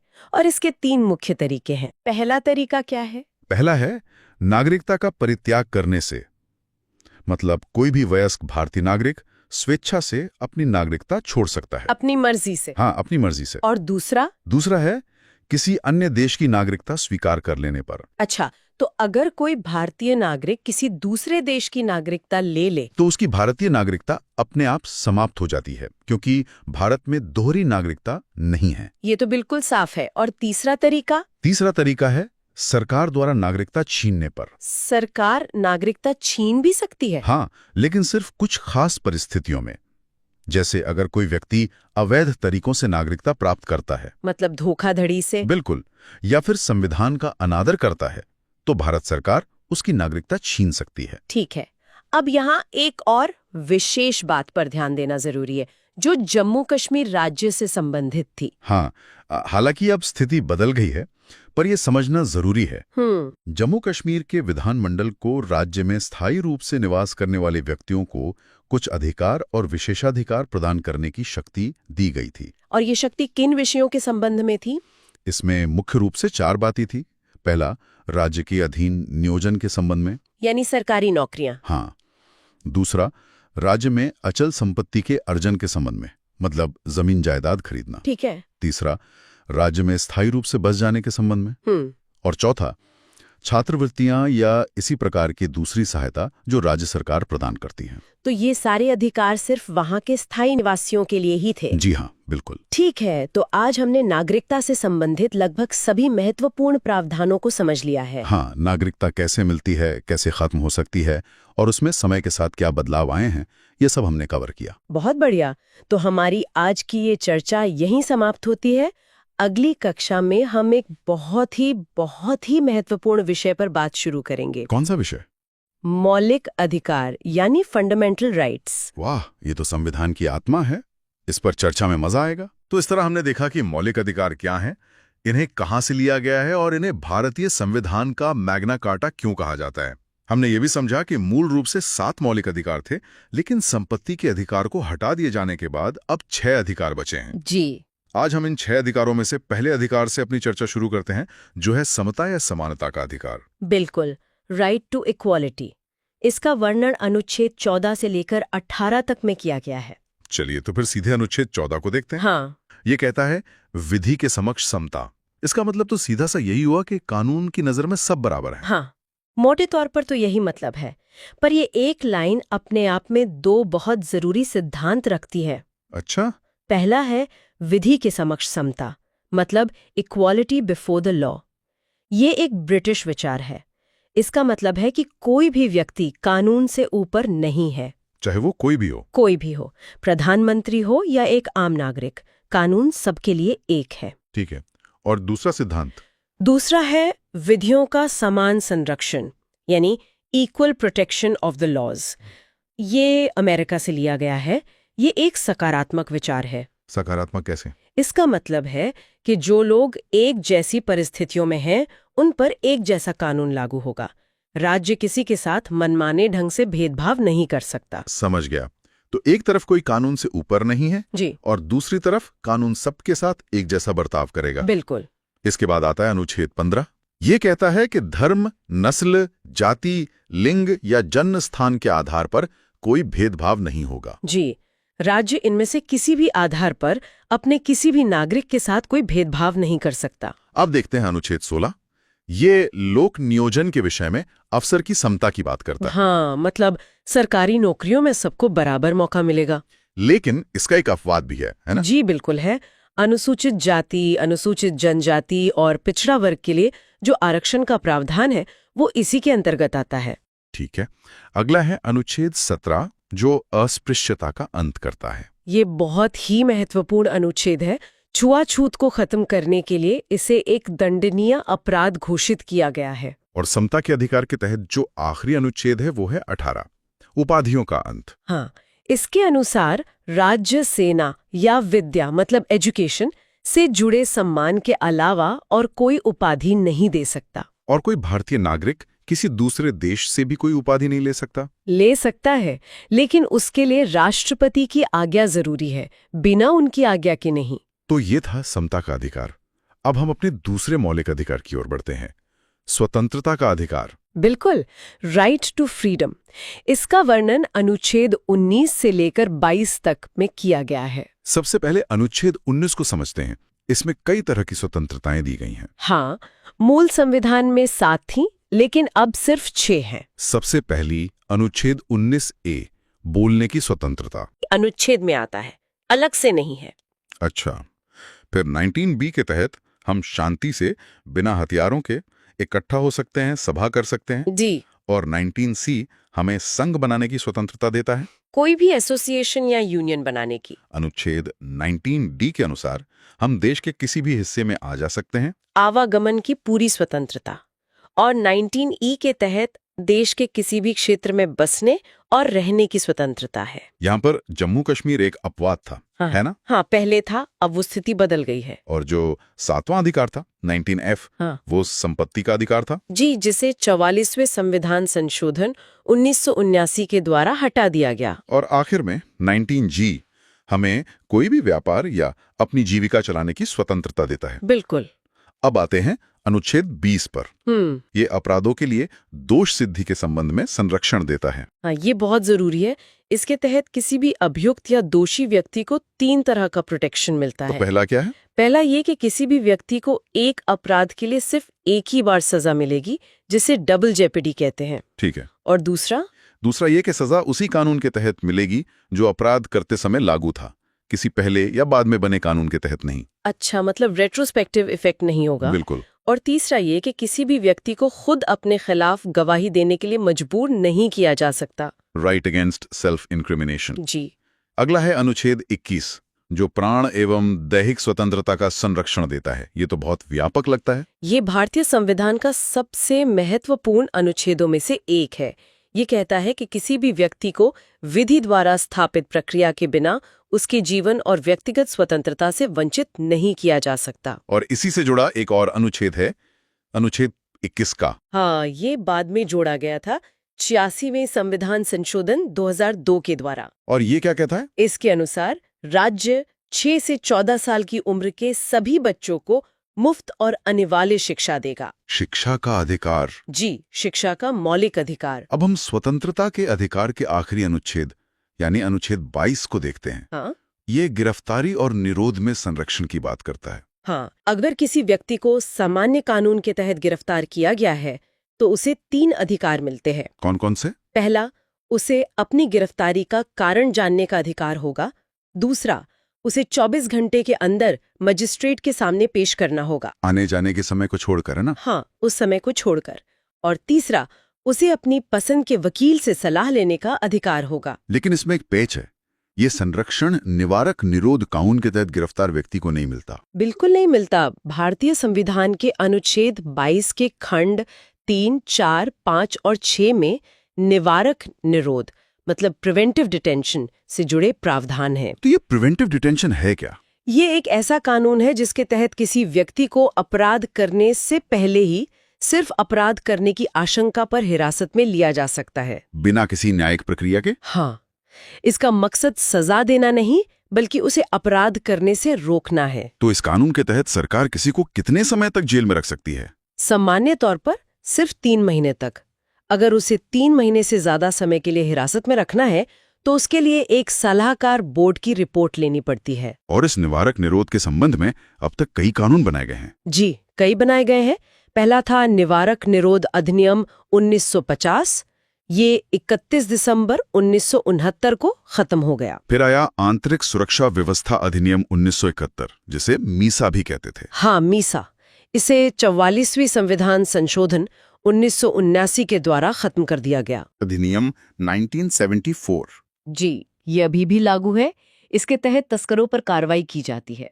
फिर राष्ट्रीय सुरक्षा कानून 1980 यानी रासुका बाय NSA। हाँ, जो जम्मू कश्मीर के अलावा बाकी सभी राज्यों में लागू किया गया। और एक जिसका नाम बहुत सुना गया, टाडा।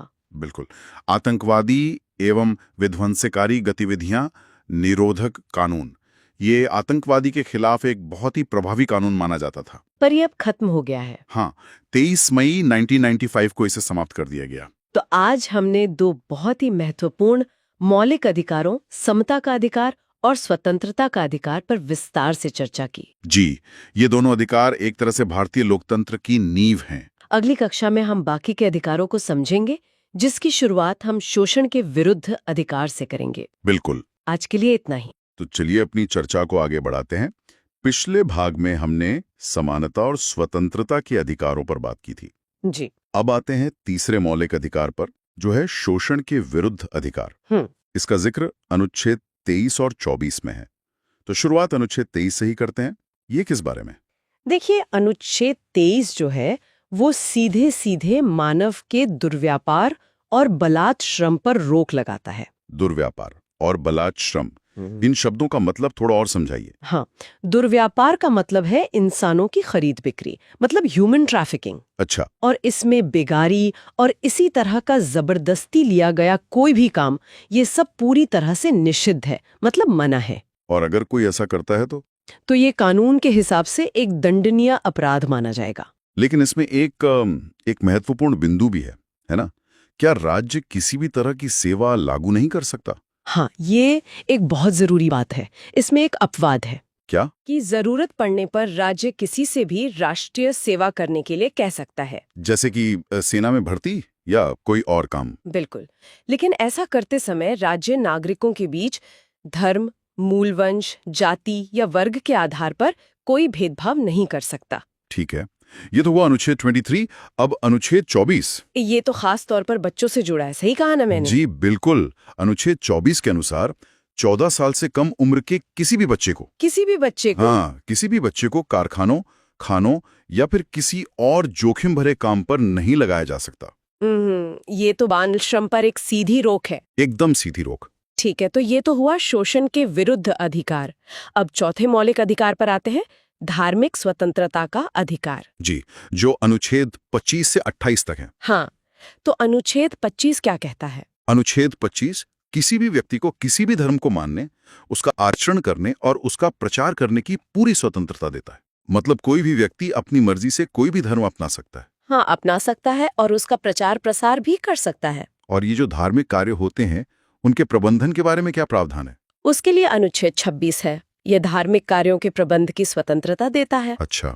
इसके तहत कोई भी व्यक्ति अपने धर्म के लिए संस्थाओं की स्थापना कर सकता है, उनका पोषण कर सकता है। और संपत्ति के बारे में? हाँ, वो विधि सम्मत यानी कानून के दायरे में रह के संपत्ति का अर्जन, स्वामित्व और प्रशासन भी कर सकता है। इसका मतलब ये हुआ कि राज्य किसी खास धर्म के प्रचार के लिए टैक्स नहीं लगा सकता। सही। यही बात अनुच्छेद 27 में साफ साफ कही गई है। क्या कहा गया है? इसके अनुसार राज्य किसी भी व्यक्ति को ऐसे कर देने के लिए मजबूर नहीं कर सकता जिसकी आय किसी खास धर्म या धार्मिक संप्रदाय की उन्नति या पोषण में खर्च करने के लिए तय की गई हो।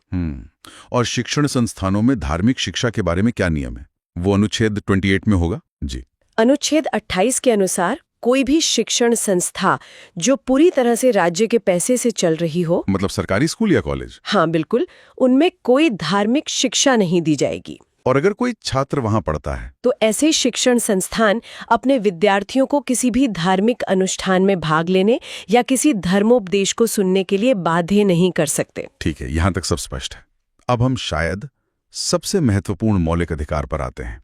छठा अधिकार, संवैधानिक उपचारों का अधिकार। जी, संवैधानिक उपचारों का अधिकार। हाँ, ये अनुच्छेद 32 में है और देखिए डॉक्टर भीमराव अंबेडकर ने इसे संविधान की आत्मा कहा है। संविधान की आत्मा? जी, ये बहुत ज्यादा महत्वपूर्ण है क्योंकि यही वो अधिकार है जो बाकी सभी मौलिक अधिकारों को लागू करवाता है। तो इसके अंतर्गत न्यायालय क्या कदम उठा सकता है? अनुच्छेद 32 के तहत मौलिक अधिकारों को लागू कराने के लिए सुप्रीम कोर्ट कई तरह के समादेश जारी कर सकता है। समादेश? जी, जिन्हें हम रिट कहते हैं। ये 5 तरह के होते हैं। चलिए इन पांचों रिट को एक एक करके समझते हैं। पहला कौन सा है? पहला है बंदी प्रत्यक्षीकरण यानी हेबियस कॉर्पस। Habeas corpus? हाँ, ये उस व्यक्ति की प्रार्थना पर जारी किया जाता है जिसे लगता है कि उसे अवैध रूप से बंदी बनाया गया है। तो कोर्ट क्या करता है? इसके द्वारा न्यायालय बंदी बनाने वाले अधिकारी को आदेश देता है कि वो बंदी बनाए गए व्यक्ति को एक निश्चित जगह और समय पर कोर्ट के सामने पेश करे, ताकि कोर्ट मामले को देख सके। बिल्कुल, जिससे न्यायालय बंदी बनाए जाने के कारणों पर विचार कर सके। अच्छा, और दूसरा रिट कौन सा है? दूसरा है परमादेश, मैंडेमिस। परमादेश? परमादेश का लेख उस समय जारी किया जाता है जब कोई पदाधिकारी अपने सार्वजनिक कर्तव्य का पालन नहीं कर रहा हो। तो इस रिट के जरिए इस आज्ञा पत्र के आधार पर उस पदाधिकारी को उसके कर्तव्य का पालन करने का आदेश जारी किया जाता है। और तीसरा है प्रतिषेध लेख, प्रोहिबिशन। प्रतिषेध मतलब रोकना? हाँ, ये आज्ञा पत्र सर्वोच्च न्यायालय और उच्च न्यायालयों द्वारा अपने से निचली अदालतों को जारी किया जाता है। और इसमें क्या आदेश होता है? इसमें आदेश दिया जाता है कि इस मामले में वे अपने यहाँ कार्यवाही न करें क्योंकि ये मामला उनके अधिकार क्षेत्र के बाहर है। ठीक है, और चौथा रिट उत्प्रेषण? हाँ, चौथा है उत्प्रेषण, सर्ट्योरारी। ये क्या करता है? इसके द्वारा अधीनस्थ न्यायालयों को यह निर्देश दिया जाता है कि वे अपने पास लंबित मुकदमों के न्याय निर्णयन के लिए उसे वरिष्ठ न्यायालय को भेजें। तो ये प्रतिषेध से अलग कैसे है? देखिए, प्रतिषेध कार्यवाही को बीच में ही रोकता है, जबकि उत्प्रेषण में मामला वरिष्ठ न्यायालय अपने पास मंगवा लेता है। समझ गया। और अंतिम पांचवा रिट? पांचवा और अंतिम रिट है अधिकार पृच्छा लेख, क्वो वारंटो। अधिकार पृच्छा? जी, जब कोई व्यक्ति ऐसे पदाधिकारी के रूप में काम करने लगता है जिसके रूप में काम करने का उसे कानूनी अधिकार नहीं है। मतलब कोई गलत तरीके से किसी पद पर बैठ गया हो? बिल्कुल। तो न्यायालय अधिकार पृच्छा के आदेश से उस व्यक्ति से पूछता है कि वो किस अधिकार से ये काम कर रहा है। और जब तक वो इसका संतोषजनक उत्तर नहीं देता तब तक वो उस पद पर कार्य नहीं कर सकता है। तो ये वो 5 शक्तिशाली उपकरण हैं जो अनुच्छेद 32 के तहत सर्वोच्च न्यायालय को दिए गए हैं ताकि नागरिकों के मौलिक अधिकारों की रक्षा हो सके। जी, ये सचमुच संविधान का हृदय और आत्मा है। बिल्कुल। इन उपचारों के बिना मौलिक अधिकार तो बस कागज पर लिखी बातें बनकर रह जाते। सही बात है। अब जब हमने अधिकारों और उनके उपचारों को समझ लिया है तो अगली कक्षा में हम इस बात पर चर्चा करेंगे कि क्या मौलिक अधिकारों में संशोधन किया जा सकता है। एक बहुत जरूरी सवाल है ये। जी, और इस विषय पर सर्वोच्च न्यायालय के क्या महत्वपूर्ण निर्णय रहे हैं। आज के लिए इतना ही। तो चलिए अब हम संविधान के भाग 4 पर आते हैं। जी। राज्य की नीति निर्देशक सिद्धांत। इनका वर्णन अनुच्छेद 36 से लेके 51 तक में किया गया है। और ये ध्यान रखना बहुत महत्वपूर्ण है कि इनकी प्रेरणा आयरलैंड के संविधान से मिली है। और सबसे बड़ी बात, इन्हें न्यायालय द्वारा लागू नहीं किया जा सकता। जी, ये वाद योग्य नहीं है। तो फिर इनका उद्देश्य क्या है? मूल रूप से इन सिद्धांतों का उद्देश्य एक लोक कल्याणकारी राज्य की स्थापना करना है। एक वेलफेयर स्टेट? हाँ, जहाँ सामाजिक और आर्थिक लोकतंत्र स्थापित हो सके। ठीक है, तो एक एक करके कुछ प्रमुख अनुच्छेदों को देखते हैं। शुरुआत कहाँ से करें? अनुच्छेद 38 से करते हैं। इसमें राज्य द्वारा लोक कल्याण की अभिवृद्धि के लिए एक सामाजिक व्यवस्था बनाने की बात कही गई है। किस तरह की सामाजिक व्यवस्था? ऐसी व्यवस्था जिससे नागरिकों को सामाजिक, आर्थिक और राजनीतिक न्याय मिल सके। मतलब ये सीधे सीधे हमारी प्रस्तावना के आदर्शों को लागू करने की बात करता है। बिल्कुल। और फिर आता है अनुच्छेद 39, जो बहुत महत्वपूर्ण है। इसमें तो कई हिस्से हैं। 39 क की बात करें तो अनुच्छेद 39 का ये समान न्याय और निशुल्क विधिक सहायता सुनिश्चित करने का निर्देश देता है, ताकि सभी के लिए समान अवसर पर न्याय उपलब्ध हो सके, चाहे कोई गरीब हो या अमीर। जी। और फिर 39 ख है। इसमें सार्वजनिक धन की बात है ना? हाँ, इसमें सार्वजनिक धन का स्वामित्व और नियंत्रण इस प्रकार करने की बात है कि सार्वजनिक हित का सर्वोत्तम साधन हो सके। और 39 ग भी इसी से जुड़ा है। जी, ये धन के समान वितरण पर जोर देता है, मतलब पैसा कुछ ही हाथों में इकट्ठा ना हो। ठीक है, अब एक बहुत ही चर्चित अनुच्छेद पर आते हैं। अनुच्छेद 40, ग्राम पंचायतों का संगठन। ये तो गांधी जी का सपना था। बिल्कुल। और फिर अनुच्छेद 41, जो कुछ विशेष दशाओं में काम, शिक्षा और लोक सहायता पाने का अधिकार देता है, जैसे कि बुढ़ापे में या बेरोजगारी में। जी। और अनुच्छेद 42, ये काम करने की जगहों से जुड़ा है, काम की न्याय संगत और मानवोचित दशाओं की बात करता है। और इसी में प्रसूति सहायता यानी मैटरनिटी बेनिफिट का भी उपबंध है। अच्छा, और मजदूरी के बारे में? वो अनुच्छेद 43 में है।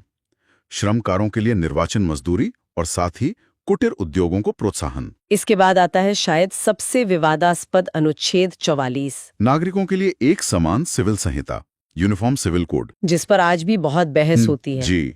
आगे बढ़ते हैं। अनुच्छेद 46, ये अनुसूचित जातियों, अनुसूचित जनजातियों और अन्य दुर्बल वर्गों के शिक्षा और अर्थ संबंधी हितों की अभिवृद्धि की बात करता है। एक तरह से सकारात्मक कार्रवाई का आधार कह सकते हैं।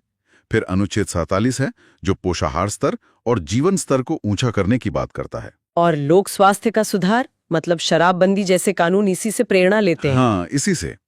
फिर अनुच्छेद 48 है, कृषि और पशुपालन का संगठन। और 48 का बाद में जोड़ा गया था, है ना? जी, पर्यावरण का संरक्षण तथा संवर्धन और वन एवं वन्य जीवों की रक्षा, ये बहुत महत्वपूर्ण है। और हमारी ऐतिहासिक धरोहरों के लिए उसके लिए है अनुच्छेद 49, राष्ट्रीय महत्व के स्मारकों, स्थानों और वस्तुओं का संरक्षण। ठीक है। और लोकतंत्र के लिए एक बहुत जरूरी सिद्धांत भी है। आप अनुच्छेद 50 की बात कर रही हैं। जी, कार्यपालिका और न्यायपालिका का पृथक्करण। Separation of powers. जी। ताकि न्यायपालिका स्वतंत्र रूप से काम कर सके। और आखिरी में अनुच्छेद 51, ये हमारी विदेश नीति का आधार है, अंतर्राष्ट्रीय शांति और सुरक्षा की अभिवृद्धि। तो ये तो मुख्य निर्देशक सिद्धांत हो गए। हाँ, इनके अलावा भी कुछ हैं, जैसे अनुच्छेद 350 का, जो कहता है कि प्राथमिक स्तर पर मातृभाषा में शिक्षा देनी चाहिए। और 351, वो हिंदी को प्रोत्साहन देने की बात करता है। ठीक है। तो अब एक बहुत ही महत्वपूर्ण सवाल पर आते हैं। मौलिक अधिकार और नीति निर्देशक सिद्धांतों के बीच आखिर अंतर क्या है? ये समझना बहुत जरूरी है। पहला और सबसे बड़ा अंतर तो स्रोत का है। नीति निर्देशक सिद्धांत आयरलैंड के संविधान से लिए गए हैं और मौलिक अधिकार संयुक्त राज्य अमेरिका के संविधान से। दूसरा अंतर संविधान के भाग का है। जी, निर्देशक सिद्धांत भाग 4 में है और मौलिक अधिकार भाग 3 में। और तीसरा, जो सबसे मुख्य है, इन्हें लागू कराने से जुड़ा है। बिल्कुल। नीति निर्देशक सिद्धांतों को लागू कराने के लिए आप न्यायालय की शरण नहीं ले सकते, जबकि मौलिक अधिकार के हनन पर हम सीधे कोर्ट जा सकते हैं। सही। चौथा अंतर इनकी प्रकृति का है। वो कैसे? ये सिद्धांत समाज की भलाई के लिए हैं और मौलिक अधिकार व्यक्ति के अधिकार के लिए है। हाँ। पांचवा अंतर है मान्यता का। मतलब? इनके पीछे, मतलब निर्देशक सिद्धांतों के पीछे राजनीतिक मान्यता है और मौलिक अधिकारों के पीछे कानूनी मान्यता है। जी।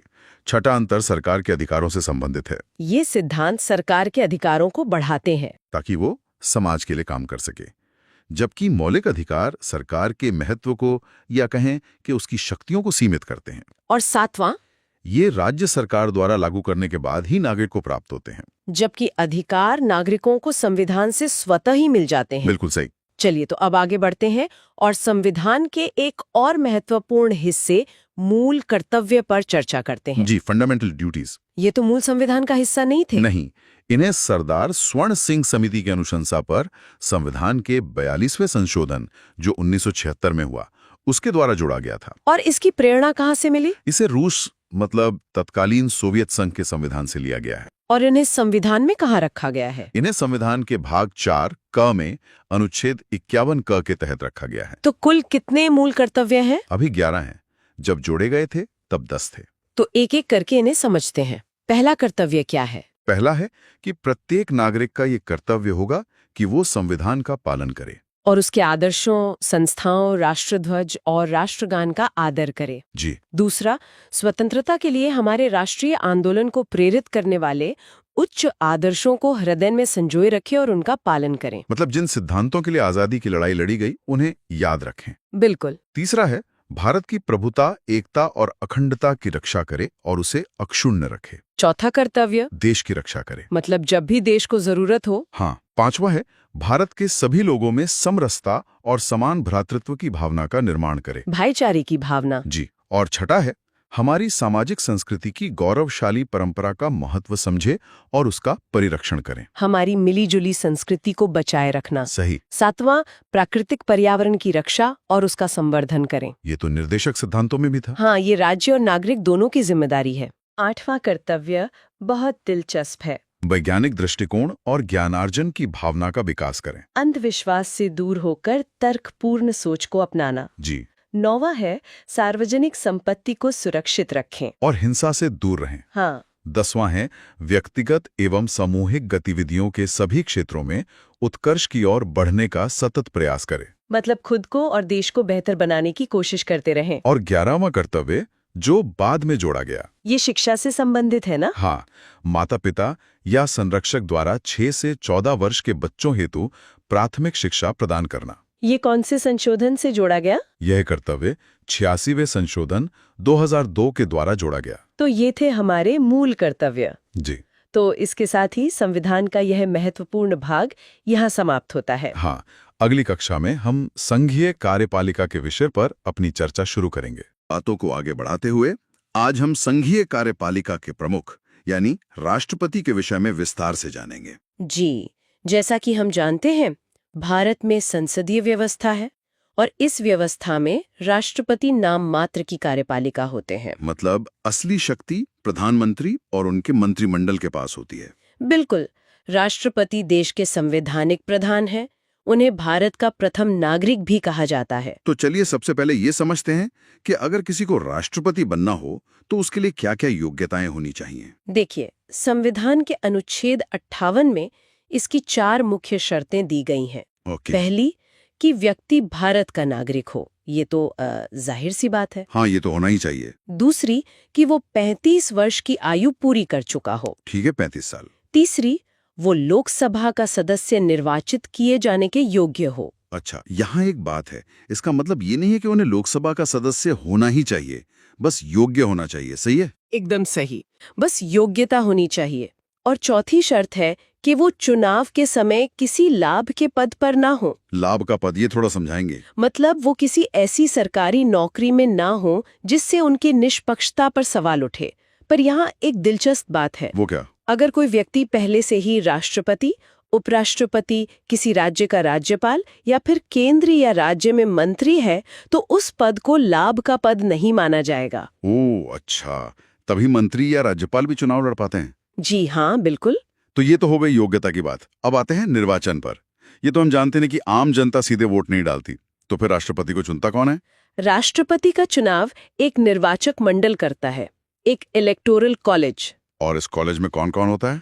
इसमें राज्यसभा, लोकसभा और सभी राज्यों की विधानसभाओं के सिर्फ निर्वाचित सदस्य होते हैं। सिर्फ निर्वाचित सदस्य? मतलब जो मनोनीत सदस्य होते हैं, जैसे राज्यसभा में 12 सदस्य, वो वोट नहीं करते? नहीं, वो इस चुनाव में भाग नहीं लेते। और अब तो एक नई व्यवस्था के तहत पुदुचेरी और दिल्ली विधानसभा के निर्वाचित सदस्यों को भी इसमें शामिल कर लिया गया है। ठीक है। और अगर किसी को चुनाव लड़ना हो तो क्या कोई भी जाकर नामांकन भर सकता है? नहीं, ऐसा भी नहीं है।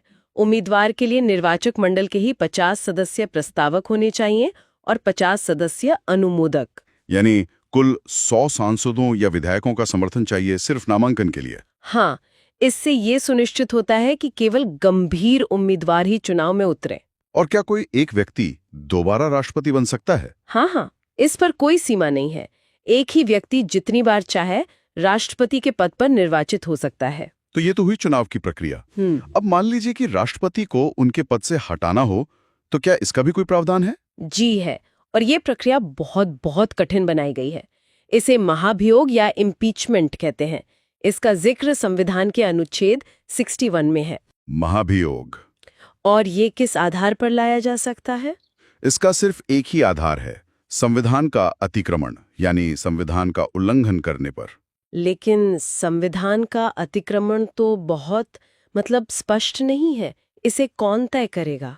सही सवाल है। इसकी कोई साफ परिभाषा नहीं है। ये तय करने का अधिकार संसद को ही दिया गया है। महाभियोग का प्रस्ताव संसद के किसी भी सदन में शुरू किया जा सकता है, लोकसभा या राज्यसभा। और इसकी प्रक्रिया क्या है? इसकी एक शर्त है, जिस भी सदन में प्रस्ताव लाना है उन्हें कम से कम 14 दिन पहले राष्ट्रपति को एक लिखित सूचना देनी पड़ती है। एक नोटिस? हाँ, एक नोटिस। और उस नोटिस पर उस सदन के कम से कम 1/4 सदस्यों के हस्ताक्षर होने जरूरी हैं। और नोटिस के बाद जब प्रस्ताव सदन में आता है तो उसे उस सदन की कुल सदस्य संख्या के कम से कम 2/3 बहुमत से पारित करना होता है। कुल सदस्य संख्या का 2/3? ये तो बहुत बड़ा बहुमत है। जी, और एक सदन से पास होने के बाद प्रस्ताव दूसरे सदन में जाता है। दूसरा सदन इन आरोपों की जांच करता है। और इस जांच के दौरान राष्ट्रपति का क्या? जांच के दौरान राष्ट्रपति को अपना पक्ष रखने का पूरा अधिकार होता है। वो खुद उपस्थित हो सकते हैं या अपना कोई प्रतिनिधि भेज सकते हैं। और अगर दूसरा सदन भी आरोपों को सही मान ले? अगर जांच के बाद दूसरा सदन भी प्रस्ताव को अपनी कुल सदस्य संख्या के कम से कम 2/3 बहुमत से पारित कर दे, तो उसी तारीख से राष्ट्रपति को अपने पद से हटा हुआ मान लिया जाता है। समझ गया। अच्छा, अगर राष्ट्रपति का पद उनकी मृत्यु या त्यागपत्र से खाली हो जाए, तब क्या होता है? ऐसी किसी भी स्थिति में पद को 6 महीने के अंदर भरना अनिवार्य होता है। ठीक है, तो चलिए अब उस हिस्से पर आते हैं जिसका सबको इंतजार रहता है, राष्ट्रपति की शक्तियां और कर्तव्य। शुरुआत नियुक्ति संबंधी शक्तियों से करते हैं। बिल्कुल, ये उनकी एक बहुत बड़ी शक्ति है। राष्ट्रपति ही भारत के प्रधानमंत्री की नियुक्ति करते हैं। और बाकी मंत्रियों की? बाकी मंत्रियों की नियुक्ति भी राष्ट्रपति ही करते हैं, लेकिन प्रधानमंत्री की सलाह पर। और सरकार के बाहर? सरकार के बाहर भी लगभग सभी बड़े संवैधानिक पदों पर नियुक्तियां राष्ट्रपति ही करते हैं, जैसे सर्वोच्च न्यायालय और उच्च न्यायालयों के मुख्य न्यायाधीश। अच्छा, जजों की नियुक्ति भी? हाँ, भारत के नियंत्रक एवं महालेखा परीक्षक यानी CAG, राज्यों के राज्यपाल, मुख्य चुनाव आयुक्त और दूसरे चुनाव आयुक्त, भारत के महान्यायवादी, UPSC के अध्यक्ष और सदस्य। ये लिस्ट तो बहुत लंबी है। जी, बहुत लंबी है। वित्त आयोग, भाषा आयोग, पिछड़ा वर्ग आयोग, अल्पसंख्यक आयोग के सदस्य, भारत के राजदूत, इन सब की नियुक्ति राष्ट्रपति ही करते हैं। मतलब देश के पूरे प्रशासनिक और संवैधानिक ढांचे की चाबी एक तरह से उनके हाथ में है। आप ऐसा कह सकते हैं। अब बात करते हैं उनकी विधायी शक्तियों की। हाँ, कहा जाता है कि राष्ट्रपति संसद का एक अभिन्न अंग होते हैं। इसका क्या मतलब है? इसका मतलब है कि संसद सिर्फ लोकसभा और राज्यसभा से नहीं बनती। लोकसभा, राज्यसभा और राष्ट्रपति तीनों मिलकर संसद बनाते हैं। तो कोई भी विधेयक, कानून तभी बनता है जब उस पर राष्ट्रपति अपनी स्वीकृति दे देते हैं? बिल्कुल, उनके हस्ताक्षर के बिना कोई विधेयक, कानून नहीं बन सकता। और क्या अधिकार हैं उनके पास इस क्षेत्र में? उन्हें संसद के सत्र को बुलाने, सत्र खत्म करने और लोकसभा को भंग करने का भी अधिकार है।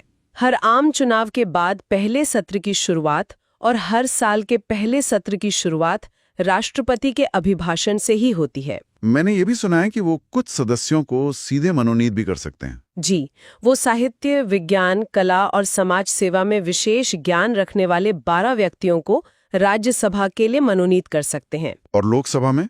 लोकसभा में वे आंग्ल भारतीय समुदाय के 2 व्यक्तियों को मनोनीत कर सकते थे, अगर उन्हें लगे कि समुदाय का पर्याप्त प्रतिनिधित्व नहीं है। अच्छा, अब एक बहुत ही खास शक्ति पर आते हैं, अध्यादेश जारी करने की शक्ति।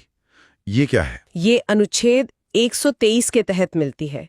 मान लीजिए संसद का सत्र नहीं चल रहा है और देश को किसी कानून की तत्काल जरूरत है। हाँ, कोई आपात स्थिति आ गई। तो ऐसी स्थिति में राष्ट्रपति एक अध्यादेश यानी ऑर्डिनेंस जारी कर सकते हैं, और इस अध्यादेश की शक्ति और प्रभाव बिल्कुल संसद द्वारा बनाए गए कानून जैसा ही होता है। तो ये तो एक तरह से राष्ट्रपति को कानून बनाने की शक्ति दे देता है। पर यह अस्थायी है। जैसे ही संसद का सत्र शुरू होता है, उसके 6 सप्ताह के अंदर उस अध्यादेश को संसद से स्वीकृत करवाना जरूरी है, अगर ऐसा नहीं होता तो वो अध्यादेश खत्म हो जाता है। समझ गया। अब उनकी सैनिक शक्तियों की बात करते हैं। उन्हें तीनों सेनाओं का सर्वोच्च सेनापति कहा जाता है। हाँ, वे जल, थल और वायु तीनों सेनाओं के सर्वोच्च सेनापति होते हैं, लेकिन वो इस शक्ति का प्रयोग विधि द्वारा यानी सरकार की सलाह पर ही करते हैं। और राजनयिक शक्तियां, जैसे दूसरे देशों से संधि वगैरह? दूसरे देशों के साथ कोई भी समझौता या संधि राष्ट्रपति के नाम से ही की जाती है।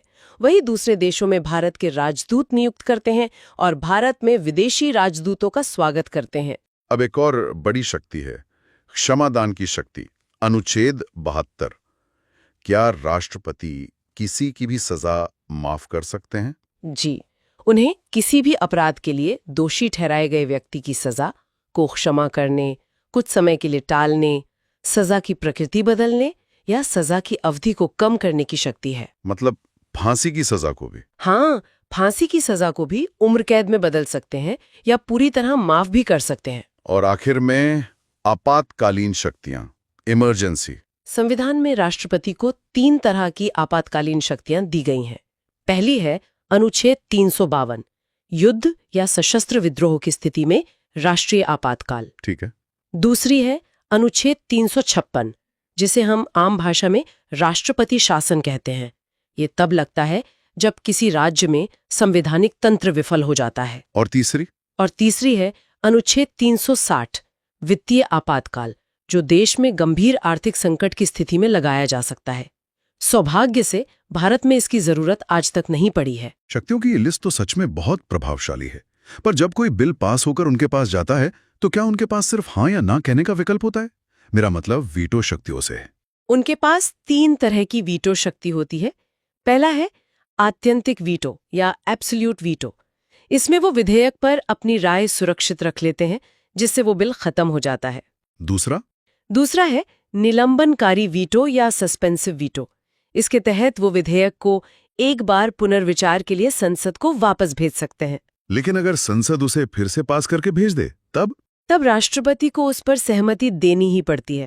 और तीसरा सबसे दिलचस्प है, पॉकेट वीटो। ये क्या है? इसका मतलब है कि राष्ट्रपति विधेयक पर ना तो सहमति देते हैं, ना उसे अस्वीकृत करते हैं और ना ही वापस भेजते हैं। वो बस उसे अनिश्चित काल के लिए अपने पास लंबित रख सकते हैं। मतलब अपनी जेब में रख लेते हैं? बिल्कुल, क्योंकि संविधान में कोई समय सीमा नहीं है कि उन्हें कितने दिन में फैसला लेना है। वाह। चलिए, आखिर में इस पद से जुड़े कुछ रोचक तथ्य भी देख लेते हैं। जरूर। जैसे डॉक्टर राजेंद्र प्रसाद भारत के पहले राष्ट्रपति थे और वो एकमात्र राष्ट्रपति हैं जो लगातार 2 बार चुने गए। हाँ। डॉक्टर एस राधाकृष्णन लगातार 2 बार उपराष्ट्रपति और 1 बार राष्ट्रपति रहे और केवल वीवी गिरी के निर्वाचन के समय दूसरे चक्र की मतगणना करनी पड़ी थी। और नीलम संजीव रेड्डी का किस्सा भी बड़ा अनोखा है। हाँ, वे एक बार चुनाव हार गए थे और फिर बाद में निर्विरोध राष्ट्रपति निर्वाचित हुए। और भारत की प्रथम महिला राष्ट्रपति वो थीं प्रतिभा देवी सिंह पाटिल। और एक दुखद तथ्य ये भी है कि डॉक्टर जाकिर हुसैन और फखरुद्दीन अली अहमद 2 राष्ट्रपतियों की मृत्यु उनके कार्यकाल के दौरान ही हो गई थी। तो आज की चर्चा से ये तो साफ है कि राष्ट्रपति का पद सिर्फ एक औपचारिक पद नहीं है। भले ही वो अपनी ज्यादातर शक्तियों का इस्तेमाल मंत्रिमंडल की सलाह पर करते हैं, लेकिन संविधान के संरक्षक के रूप में उनकी भूमिका बहुत अहम है। बिल्कुल, वे उस धुरी की तरह हैं जिसके चारों ओर देश का शासन तंत्र घूमता है। तो आज की कक्षा हम यहीं समाप्त करते हैं। अगली कक्षा में हम संघीय कार्यपालिका के दूसरे महत्वपूर्ण